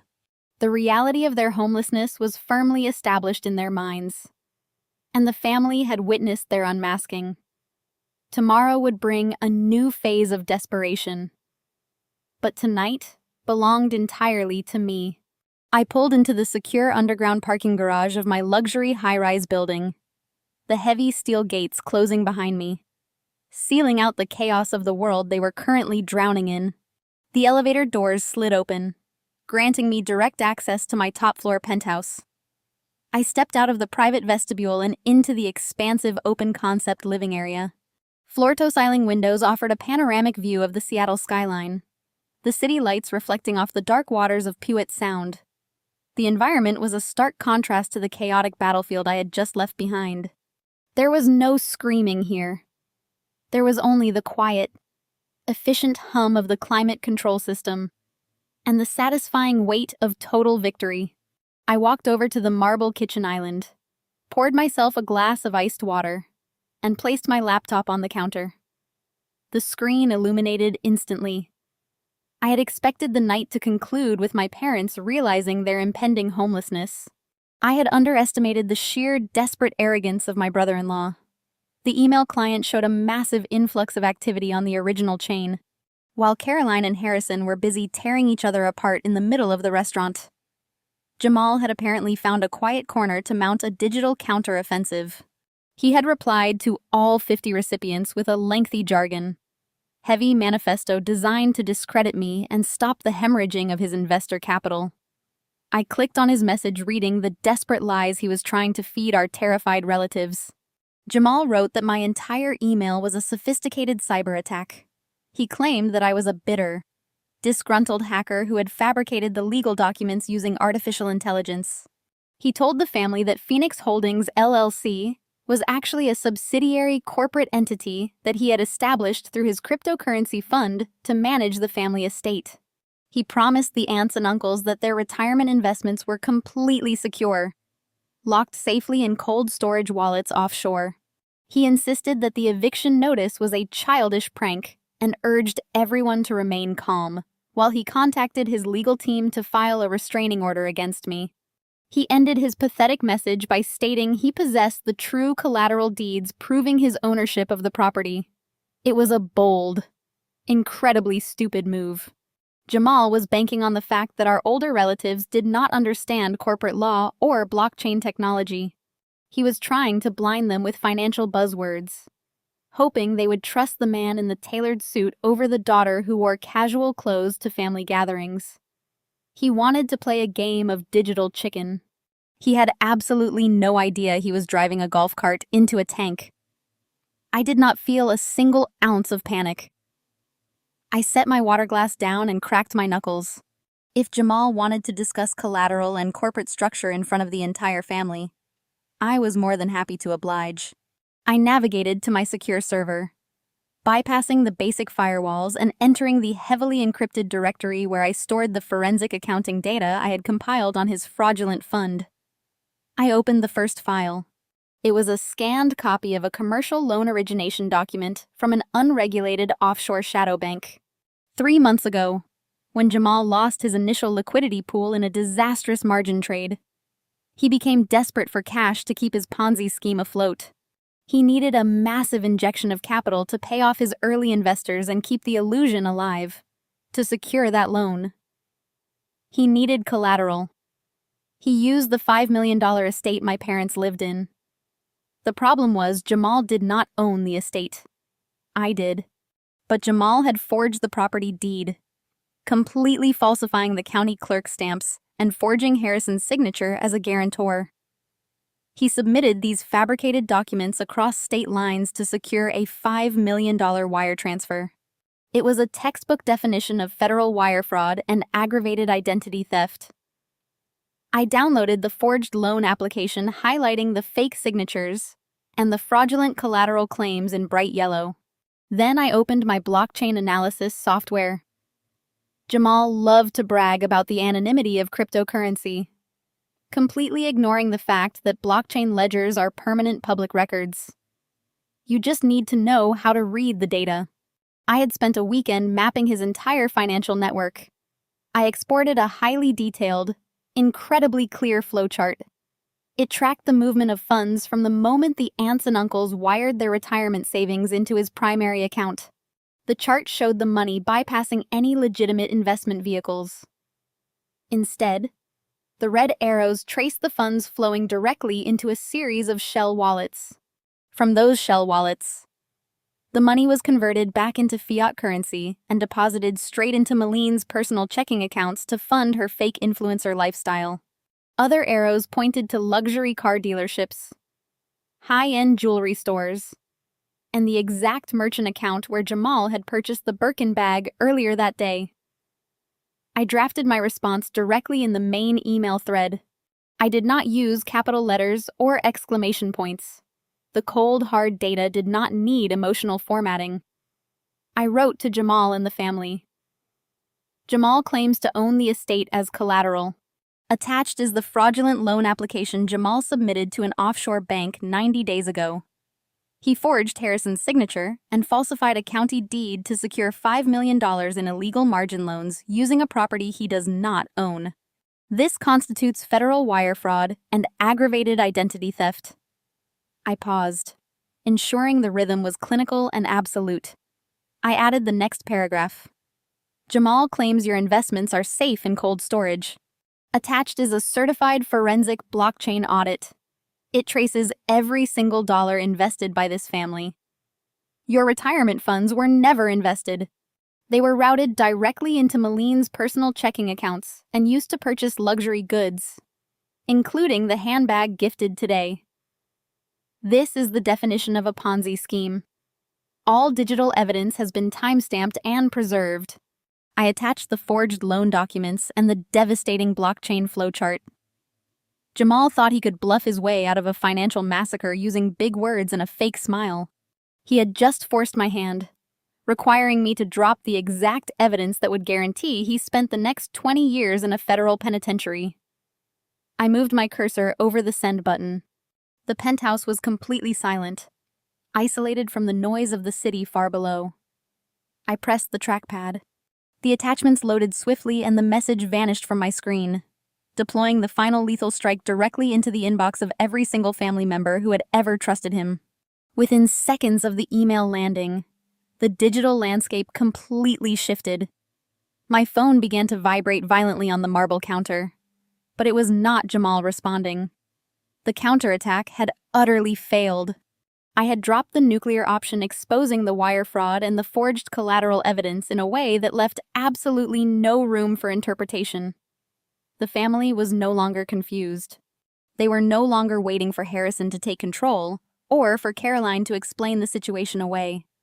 They were looking at undeniable proof that their favorite son-in-law had stolen their life savings to buy sports cars and designer bags. The final pillar of my parents' fake empire had just been pulverized into dust.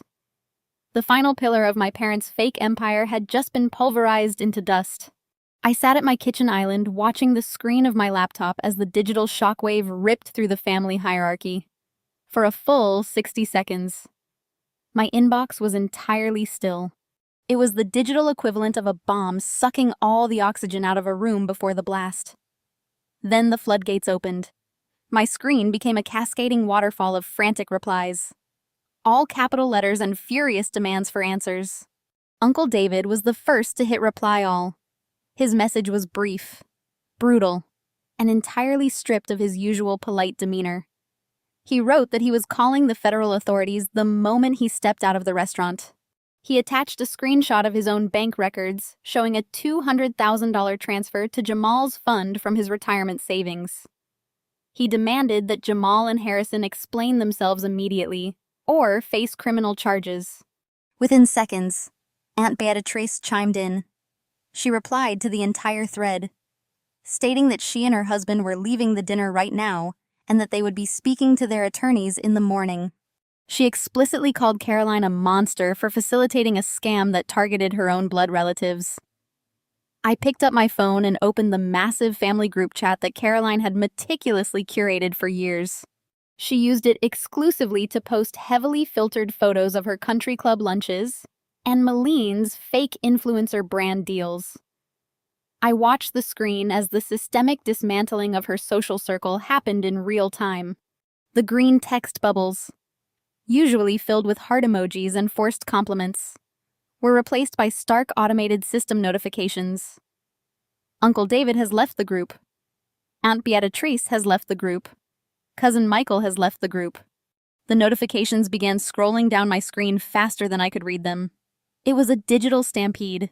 Every single person who had sat at that long, elegant table was rushing for the exits, desperately trying to sever any ties to the sinking ship that was my parents' life. They realized that Caroline and Harrison were not just innocent victims of a bad investment.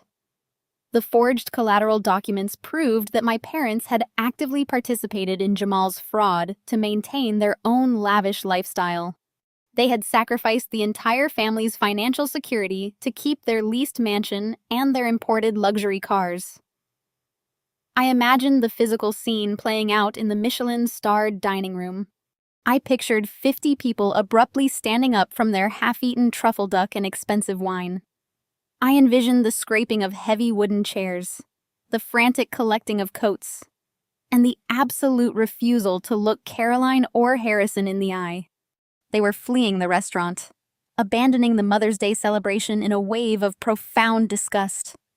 Nobody was staying to comfort Malene. Nobody was offering to help Harrison navigate his impending homelessness. They were leaving the four of them completely isolated in the center of the room, surrounded by the wreckage of their own deceit. My phone vibrated violently against the marble countertop. An incoming call from Caroline. I declined it instantly. It immediately rang again. I declined it again. She was desperate. She was watching her entire social network evaporate in front of her eyes, and she needed a target for her rage. When she realized I was not going to answer, she resorted to leaving rapid-fire voicemails. I opened the visual voicemail application and played the audio on speaker. "Lauren, you have to fix this right now." Caroline shrieked through the phone, her voice distorted by pure panic and the echo of the emptying restaurant. "Everyone is leaving. David is threatening to call the police. Jamal is sitting on the floor crying. You have to send another email and tell them it was a prank. Tell them the blockchain thing was a lie. They are walking out on us. Lauren, they are leaving me with the bill for a 50-person dinner. You have to wire me the money for the dinner. You owe me that much. Pick up the phone." I deleted the voicemail before she even finished her final sentence. The absolute delusion was staggering. Her son-in-law was facing decades in federal prison. She was being evicted in less than 3 days, and she was still trying to order me to pay for her luxury dinner. I watched the group chat notifications continue to roll in. By my count, 45 people had already exited the chat. 4 more followed suit within the next minute. 49 relatives had officially cut ties. They were actively blocking Caroline's number, securing their own bank accounts, and running as far away from the blast radius as possible. The mass exodus was complete. The prestigious elite family unit that Caroline had spent decades aggressively curating was reduced to 0. She had nobody left to impress. She had nobody left to manipulate. She was sitting in a restaurant she could not afford, flanked by a fraudulent husband, a fake influencer daughter, and a criminal son-in-law. I closed the group chat application and leaned back against my leather bar stool. The silence in my penthouse was absolute and incredibly satisfying. I had successfully excised the cancer from my life. I had reclaimed my dignity, protected my assets, and delivered a masterclass in corporate retaliation. I poured the rest of my iced water into the sink and closed my laptop. The 49 relatives had served their purpose as witnesses to the execution. They had seen the truth, and they had reacted exactly as I predicted. But as I prepared to turn off my devices for the night, a single notification popped up on my screen. It was not an automated group chat exit. It was a direct email response to the thread. I checked the sender address, and a cold shiver ran down my spine despite the warmth of the room. Out of the 50 people on that mailing list, 49 had fled in terror.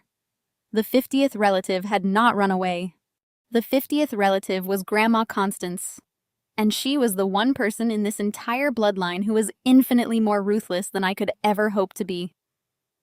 I stared at her email. The message contained a single line of text. "I am commandeering my flight crew right now." I closed my laptop. Constance Harrington did not waste jet fuel on trivial drama. If she was leaving her Palm Beach estate in the middle of the night, she smelled blood in the water. I walked to my bedroom and slept. The initial battle was over. But the actual war was about to begin. The next morning, sunlight poured through the floor-to-ceiling windows of my penthouse. I woke up feeling remarkably rested, for the first time in a decade. My phone was not flooded with passive-aggressive demands from Caroline. I walked into the kitchen, started the espresso machine, and opened my laptop. The $75 million acquisition funds were securely locked in my portfolio. Phoenix Holdings was operating perfectly smoothly. I was absolutely untouchable. My phone rang at exactly 9. The caller identification displayed a Florida area code. I answered the call, placing the mobile phone on speaker as I poured my hot espresso. "Good morning, grandmother," I said, keeping my voice perfectly level. Lauren Constance replied. Her voice was sharp and completely devoid of warmth. "I read your email last night. I read every single attachment. I also had my legal team verify the county deed you provided regarding the estate. You own their house." "I do," I confirmed. "You bought it out of foreclosure 3 years ago through a shell corporation," Constance stated. She sounded clinically fascinated. "You let them live there, and then you evicted them on Mother's Day in front of 50 people. They pushed my hand. I replied calmly. Caroline handed me a fraudulent invoice for $80,000 and threatened to disown me. I balanced the ledger. A sharp laugh echoed through the speaker. "You have my ruthlessness." "Lauren, I always suspected you had an actual spine, but we have a much larger problem to discuss." I leaned against the marble island. "What kind of problem? Your email contained a detailed blockchain flowchart." Constance set her tone, dropping to a dangerous whisper. "You traced the stolen funds from Jamal's crypto scheme directly into Maline's checking accounts. I spent the night having my forensic accountants review my retirement trusts, the ones Caroline and Jamal convinced me to let them help manage last year." My blood ran cold. I knew Jamal was running a Ponzi scheme, but I assumed he was only scamming the gullible aunts and uncles. "He stole from you."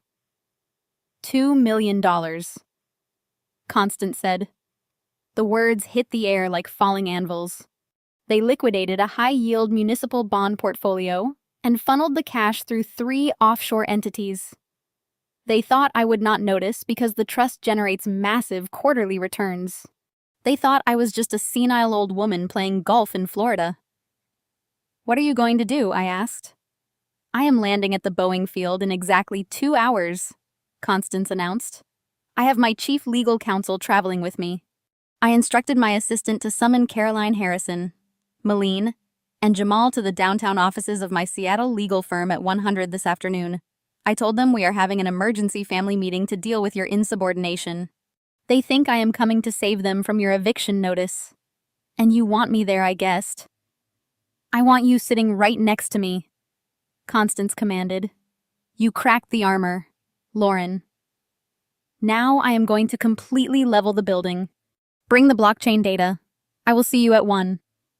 The line went dead. I set the phone down. Caroline and Jamal had stolen $2 million from a billionaire who routinely destroyed corporate rivals for sport. They were walking blindly into an execution chamber, utterly convinced they were walking into a sanctuary. I finished my espresso and selected a sharply tailored navy blue suit.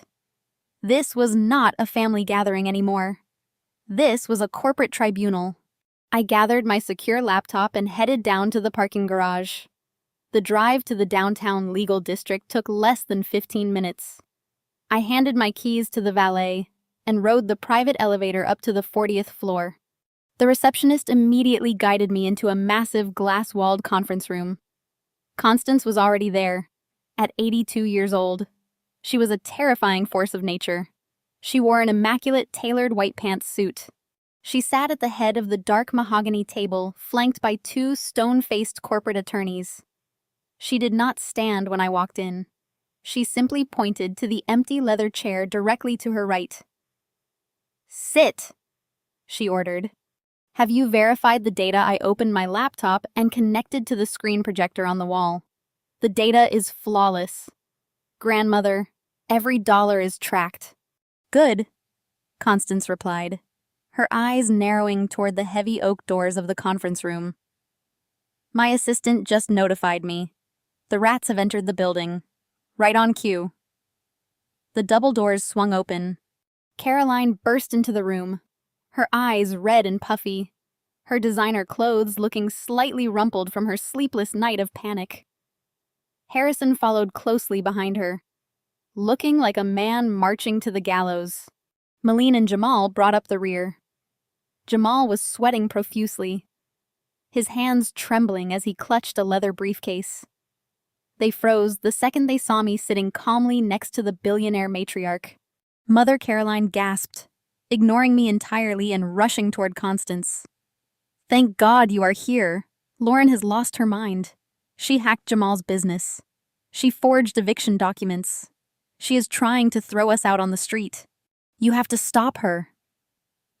Constance did not move a single muscle. She stared at her daughter with eyes devoid of any maternal affection. "Sit down, Caroline."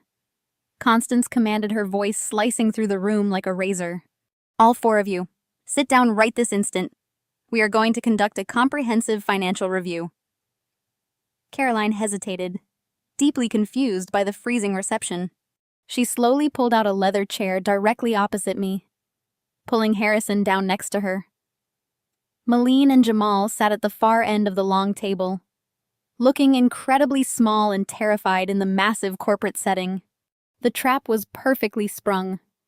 The heavy wooden doors clicked shut behind them, securely locking them inside the conference room. The heavy wooden doors clicked shut behind them, securely locking them inside the conference room. The acoustic paneling immediately absorbed the sound, leaving a dead, oppressive silence that seemed to suffocate the air right out of the room. Caroline shifted uncomfortably in her leather chair. She looked around the massive table, her eyes darting between Constance's icy glare and my completely relaxed posture. She still did not understand the hierarchy of the room. She still believed she could talk her way out of the execution. Mother Caroline started her voice, attempting to project the polished country club confidence that was rapidly deteriorating. "I am so relieved you flew out. Lauren has been completely out of control. She sent an email to the entire family filled with forged documents. She is trying to claim she owns our estate and is threatening to evict us. We need your legal team to file a restraining order against her before she does any more damage to the family reputation." Constance folded her hands precisely on top of the mahogany table. The diamonds on her fingers caught the harsh fluorescent light. She did not look at Caroline. She turned her head slowly, fixing her gaze entirely on Jamal, who was sweating so profusely his designer shirt collar was completely soaked. "Jamal," Constance said, her voice was smooth, quiet, and absolutely terrifying. "Caroline tells me you are a financial visionary. She tells me you manage a highly successful cryptocurrency hedge fund. She brags about your seed rounds and your revolutionary blockchain infrastructure. So tell me, Jamal, how exactly are the markets treating you today?" Jamal swallowed hard. His Adam's apple bobbed up and down. He gripped the edge of the table, desperately trying to summon the arrogant finance bro persona he used to manipulate my naive parents. He cleared his throat. "The markets are highly volatile right now. Constance." Jamal stammered, his voice lacking any of its usual volume. "But our core infrastructure remains solid. We are navigating a complex liquidity phase. The digital asset space requires a long-term perspective to properly realize the decentralized alpha. Once the current cycle corrects, we expect massive yields for our early investors." Constance stared at him for a full 10 seconds without blinking. The silence stretched out, tightening like a wire around Jamal's neck. "Decentralized alpha," Constance repeated. She tasted the words as if they were poison. "You sound like a desperate salesman reading a brochure he does not understand. Let me be very clear, Jamal. I built a commercial real estate empire while you were still wearing diapers. I do not deal in digital fairy tales. I deal in hard audited mathematics. And the math I reviewed last night tells a very different story about your success." Constance gestured sharply to the senior corporate attorney sitting to her left. The lawyer opened his briefcase and extracted 4 thick black binders. He slid one across the polished table to Caroline, one to Harrison, one to Malene, and the final one to Jamal. The binders hit the wood with a heavy, synchronized thud. "Open them," Constance ordered. Caroline's hands trembled as she opened the cover of her binder. Harrison leaned over his eyes, scanning the first page. I watched the remaining blood drain completely from my father's face. Malene did not even look at the documents. She just stared at Jamal, her chest heaving in rapid, panicked breaths. Lauren Constance commanded without breaking eye contact with Jamal. "Put the data on the screen." I tapped my keyboard. The massive projector behind Constance flared to life. I did not show the $80,000 invoice or the eviction notice. That was small change. I displayed the comprehensive high-resolution blockchain forensic audit I had generated the night before. Red arrows crisscrossed the bright screen, tracing millions of dollars flowing out of legitimate banking institutions, washing through unregulated offshore cryptocurrency exchanges and dumping directly into anonymous shell wallets. "This is a complete financial autopsy of your operation, Jamal," I announced, ensuring my voice carried the same clinical detachment as the lawyers sitting beside me. "It maps every single transaction you executed over the last 24 months. It shows the incoming wire transfers from your investors, including the substantial contributions from our aunts and uncles." I clicked to the next slide. A pie chart appeared breaking down the exact expenditure of the incoming capital. "As you can see," I continued, 0% of the capital was allocated to any legitimate blockchain infrastructure or liquidity pools. Instead, 60% of the funds were transferred into your personal accounts to cover catastrophic margin calls from your failed day trading. The remaining 40% was funneled directly to Malene to finance her fraudulent influencer lifestyle, including the purchase of luxury vehicles, designer handbags, and first-class vacations designed to project the illusion of wealth. Malene let out a sharp, hysterical sob. She buried her face in her hands. "Mom," she wept, her voice muffled. "He lied to me. I did not know the money was stolen. I swear I did not know." Caroline slammed her binder shut. She glared at me, her eyes burning with pure, unadulterated hatred. "You fabricated this entire presentation," Caroline hissed. "You hacked his systems and manipulated the data to make him look guilty." "Mother, you cannot possibly believe this bitter, jealous girl over your own son-in-law. She is just trying to destroy us because we held her accountable for her failures." Constance slammed her open palm onto the table. The explosive sound instantly silenced Caroline. "Do not insult my intelligence, Caroline!" Constance roared, her 82-year-old voice echoing with absolute authority. Lauren did not fabricate anything. My independent forensic accounting team spent the entire night verifying every single data point on that screen. Your golden son-in-law is running a textbook Ponzi scheme. He is a criminal. Harrison finally found his voice. His tone was weak, pleading, and utterly pathetic. "Constance, please." Jamal made some bad trades. The market shifted unexpectedly. We can liquidate some assets and make the investors whole. We just need a bridge loan to cover the shortfall until the market recovers. "Liquidate what assets?" Harrison Constance asked, her voice dropping back to a lethal whisper. "You do not have any assets. You do not even own the roof over your head. You lost the family estate 3 years ago because you are a financial incompetent. You have been living on the charity of the daughter you constantly berate. Lauren owns your house. Harrison, she subsidized your fake country club existence, and you repaid her by attempting to extort $80,000 from her in front of 50 people. Harrison shrank back into his chair as if he had been physically struck. He looked at me, his eyes wide with a mixture of terror and disbelief. "You," Harrison stammered. "You are Phoenix Holdings." "I am," I replied smoothly. "And the eviction notice currently taped to your front door is completely valid. You have exactly 48 hours left to vacate my property." Caroline began to hyperventilate again. She gripped her chest, realizing the walls were rapidly closing in.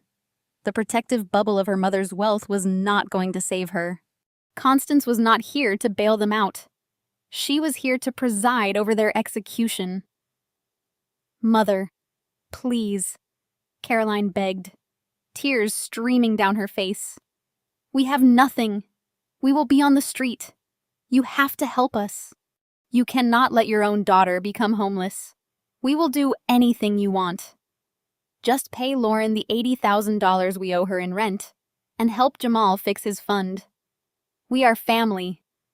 Constance leaned forward, her eyes narrowing into cold, predatory slits. Family, Constance repeated softly. You want to invoke family loyalty now. Caroline. After what you did to my retirement accounts. Caroline looked bewildered. Your retirement accounts? What are you talking about? Constance signaled to the lawyer on her right. He slid one final thin red folder across the table. It stopped directly in front of Jamal. Jamal stared at it like it was a venomous snake. Open it, Constance commanded. Let us discuss the real reason I flew across the country. Let us discuss the $2 million you stole from me. Jamal reached for the thin red folder with hands that shook so violently he could barely grasp the cardboard edge. He flipped it open. Inside lay a stack of heavily redacted bank transfers highlighted with aggressive yellow marker. The silence in the room was absolute, broken only by the sharp rustle of the paper. Caroline leaned over to look, her eyes scanning the documents.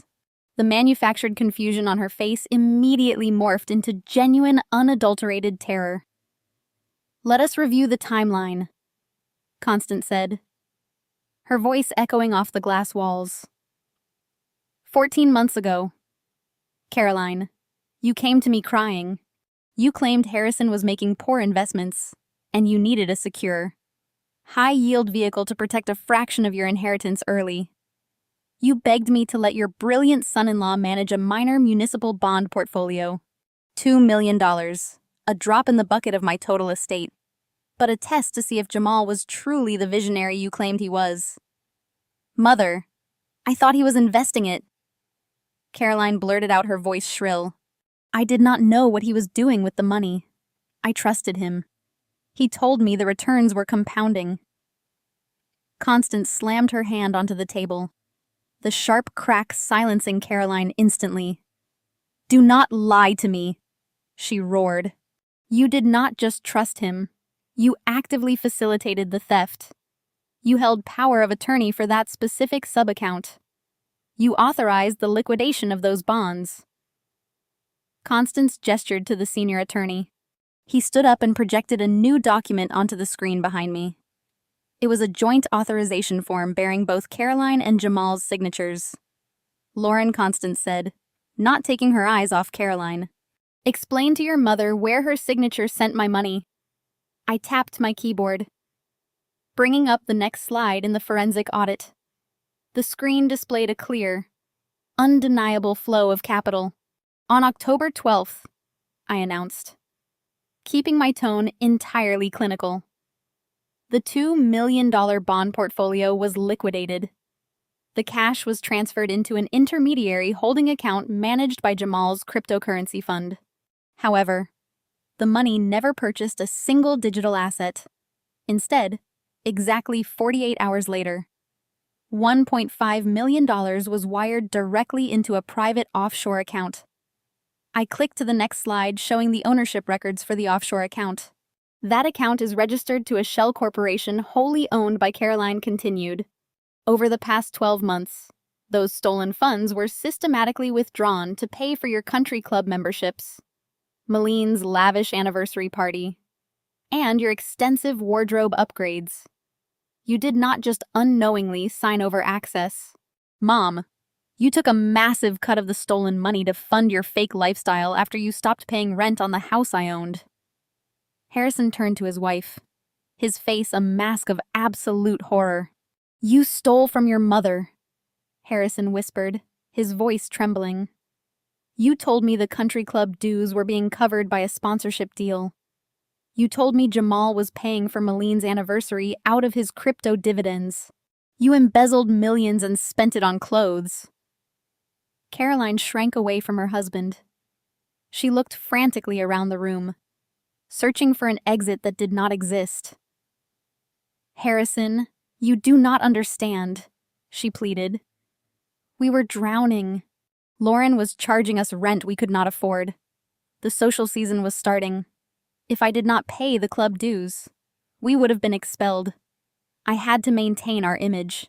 You maintained your image by committing felony elder financial abuse. The senior attorney interjected. His voice was devoid of any emotion. Under federal law, defrauding a senior citizen of assets exceeding $1 million carries severe mandatory minimum sentencing. Furthermore, because you utilized international wire transfers to funnel the capital through Jamal's fraudulent cryptocurrency operation, you have triggered federal conspiracy and money laundering statutes. Malene, who had been sitting frozen in her chair, suddenly pushed herself away from the table. She stared at Jamal as if he were a monster. You dragged my mother into a federal crime. Malene screamed. Tears, ruining her contoured makeup. You promised us we were building an empire. You told me the money was clean. Jamal finally snapped. He slammed his fists onto the mahogany table. Do not act like you are innocent. Malene, Jamal shouted, his voice cracking under the intense pressure. You spent $500,000 of that money on your influencer trips to Dubai. You bought designer jewelry and tagged it as sponsored content. You knew I was not trading crypto. You knew I was just moving cash around. You all knew. You just wanted the money to keep flowing so you could pretend you were royalty. The sheer toxicity of the family was on full display. In the face of undeniable legal accountability, they turned on each other like starving wolves. There was no loyalty, no love, and no unified front. Constance watched the pathetic display with an expression of pure, unadulterated disgust. She raised her hand and the room instantly fell silent. The raw power, she commanded, was breathtaking. I gave you everything, Constance said, her voice dropping to a dangerous, icy whisper. I paid for your education, Caroline. I funded your early lifestyle. I even tolerated Harrison's endless string of mediocre business failures. But you crossed a line that cannot be uncrossed. You stole from me to fund your vanity. And you spent 10 years emotionally abusing the only granddaughter I have who possesses an ounce of actual intelligence and integrity. Mother, please, Caroline begged, sliding out of her chair and dropping to her knees on the expensive carpet. I am your daughter. You cannot do this. I will pay you back. We are family. We are not family, Constance replied coldly. We share genetics. That is a biological accident I am currently rectifying. I already rewrote the will entirely. You get nothing at all. My lawyers stand ready now. Now, Constance repeated her voice, cutting through the remaining tension like a scythe. She did not look at Caroline, who was still weeping on the floor. Instead, the billionaire matriarch simply nodded toward the senior corporate attorney. He reached into his suit jacket, retrieved a small remote, and pressed a single button. The heavy mahogany doors of the conference room swung open. They were not opened by the receptionist or a legal assistant. 4 men and women wearing dark tactical windbreakers walked briskly into the room. The bold yellow letters on the backs of their jackets read, FBI. The lead agent, a tall man with a severe, uncompromising expression, stepped directly toward the far end of the table. He did not ask for permission to speak. Jamal Williams, the agent, announced, his voice booming in the enclosed space. We have a federal warrant for your arrest on multiple counts of wire fraud, securities fraud, and money laundering. Jamal scrambled backward, his chair tipping over and crashing heavily to the carpet.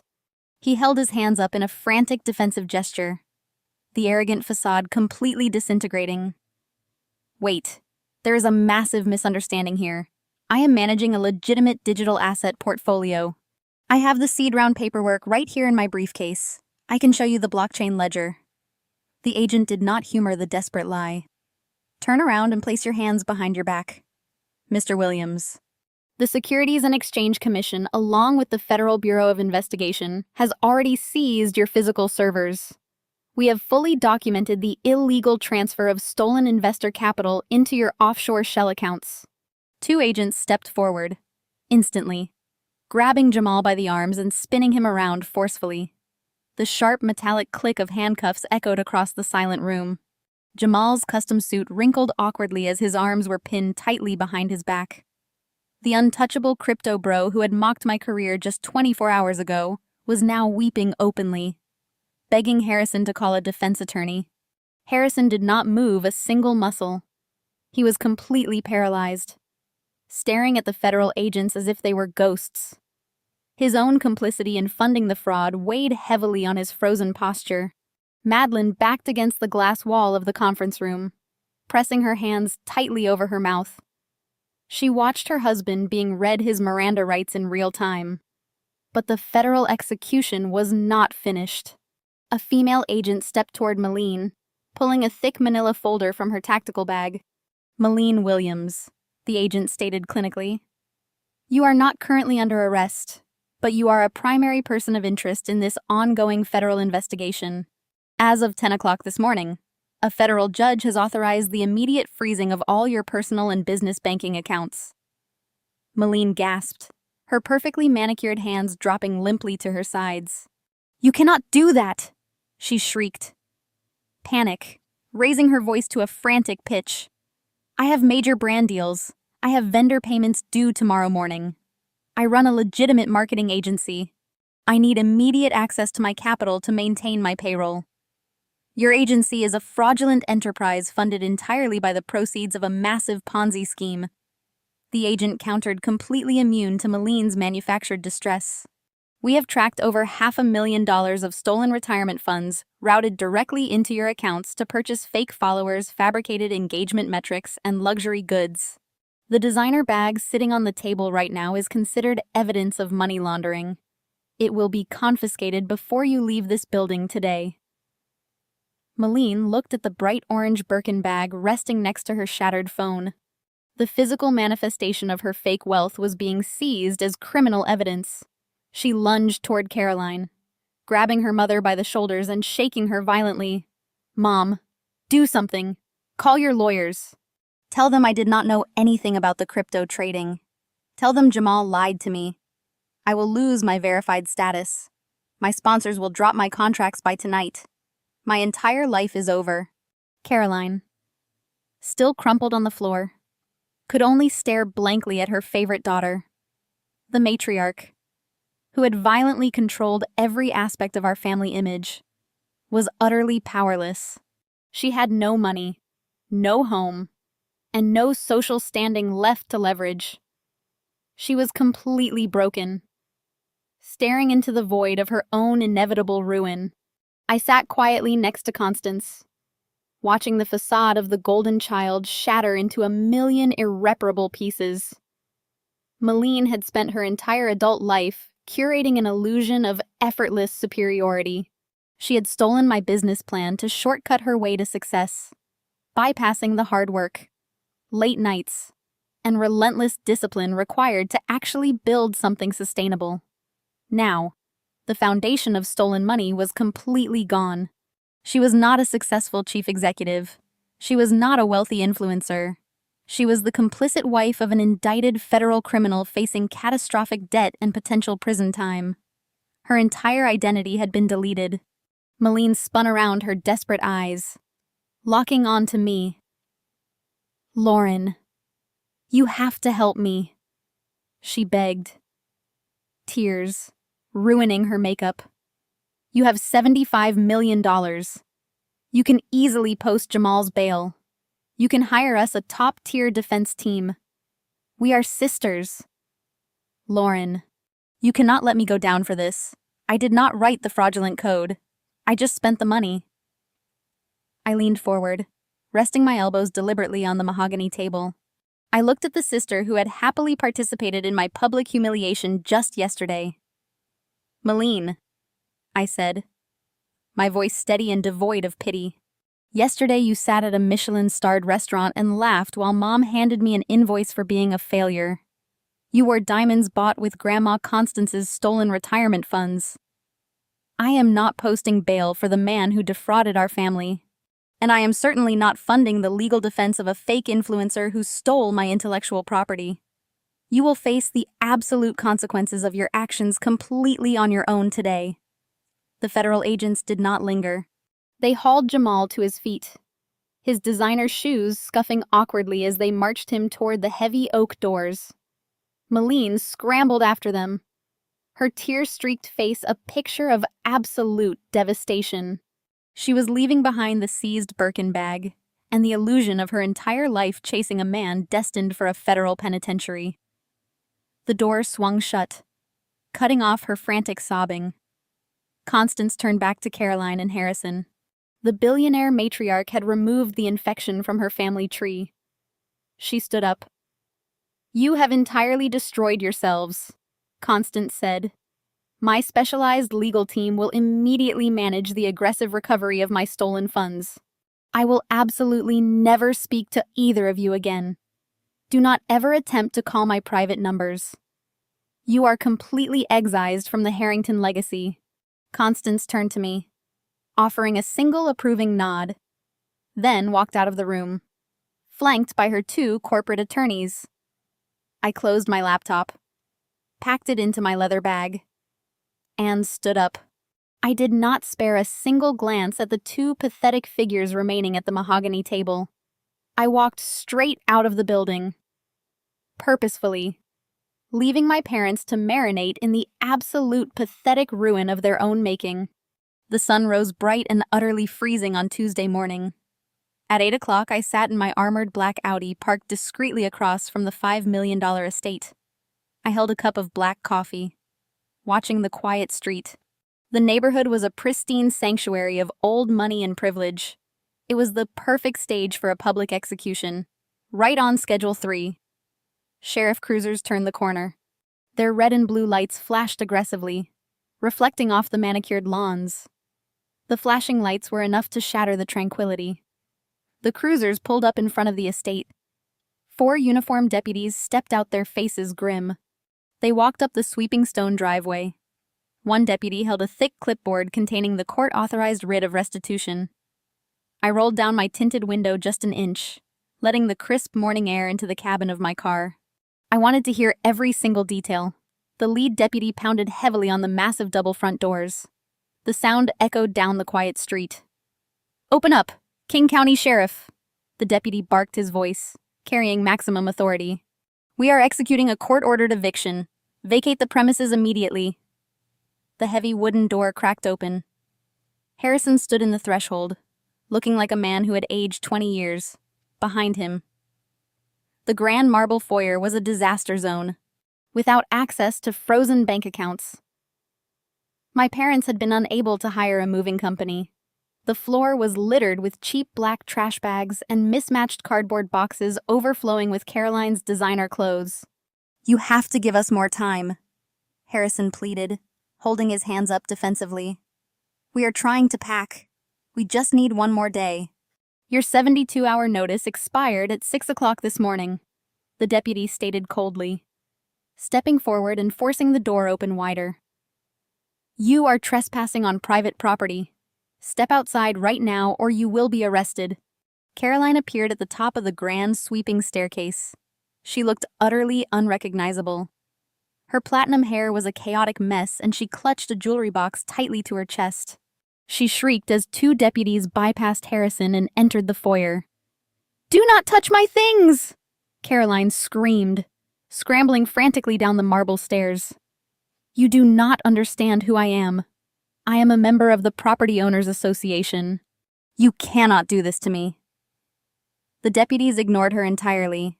They grabbed the black trash bags and began hauling them out the front door, tossing them unceremoniously onto the pristine green grass of the front lawn. Another deputy grabbed Harrison by the arm, firmly escorting the broken man out of the house and down the stone steps.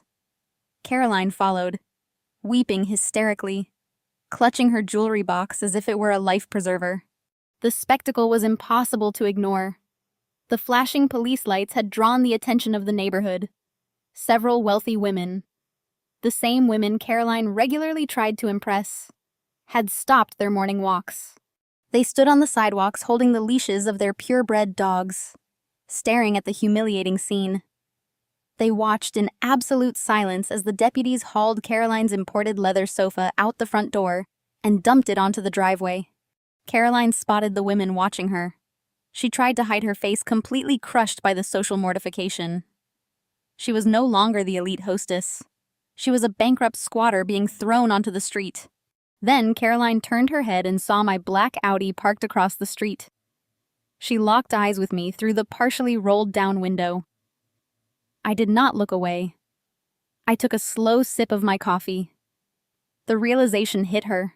The daughter she had publicly shamed was sitting comfortably in a luxury vehicle, watching her entire life being thrown onto the pavement. Caroline dropped her jewelry box. The clasp broke, sending pearl necklaces scattering across the concrete driveway. She did not stop to pick them up. She lunged forward, running frantically across the lawn toward my car. Lauren Caroline sobbed, her hands slamming against the hood of my Audi. "Please, you have to stop them. They are throwing our entire lives onto the grass. The neighbors are watching. You own this house. Tell them to stop. We are your parents. You cannot leave us on the street like animals." I pressed the button on the door console. The tinted window rolled up smoothly, sealing off her desperate pleas. The thick safety glass blocked out her crying. I put the car into gear, feeling the powerful engine hum beneath me. Caroline stepped back, covering her mouth in horror as I accelerated away from the curb, leaving her standing in the gutter, surrounded by her arrogance. I navigated the winding roads of the gated community, the heavy tires of my armored vehicle gliding smoothly over the pristine asphalt. The sprawling estate that had been the ultimate symbol of my parents' manufactured supremacy was now a crime scene of vanity. The neighbors they had spent decades trying to impress were now the audience to their destruction. I emerged onto the highway, setting my course for the heart of the city. My phone vibrated against the leather console. The caller identification displayed an unknown number. I knew exactly who it was. Caroline had borrowed a phone. Or perhaps Harrison had scrambled to purchase a prepaid device after their accounts were frozen. I did not answer. I watched the call alert flash on the screen until it timed out. Less than a minute later, a voicemail notification appeared on my screen. I tapped the audio file, letting it play through the car speakers as I drove toward the skyline.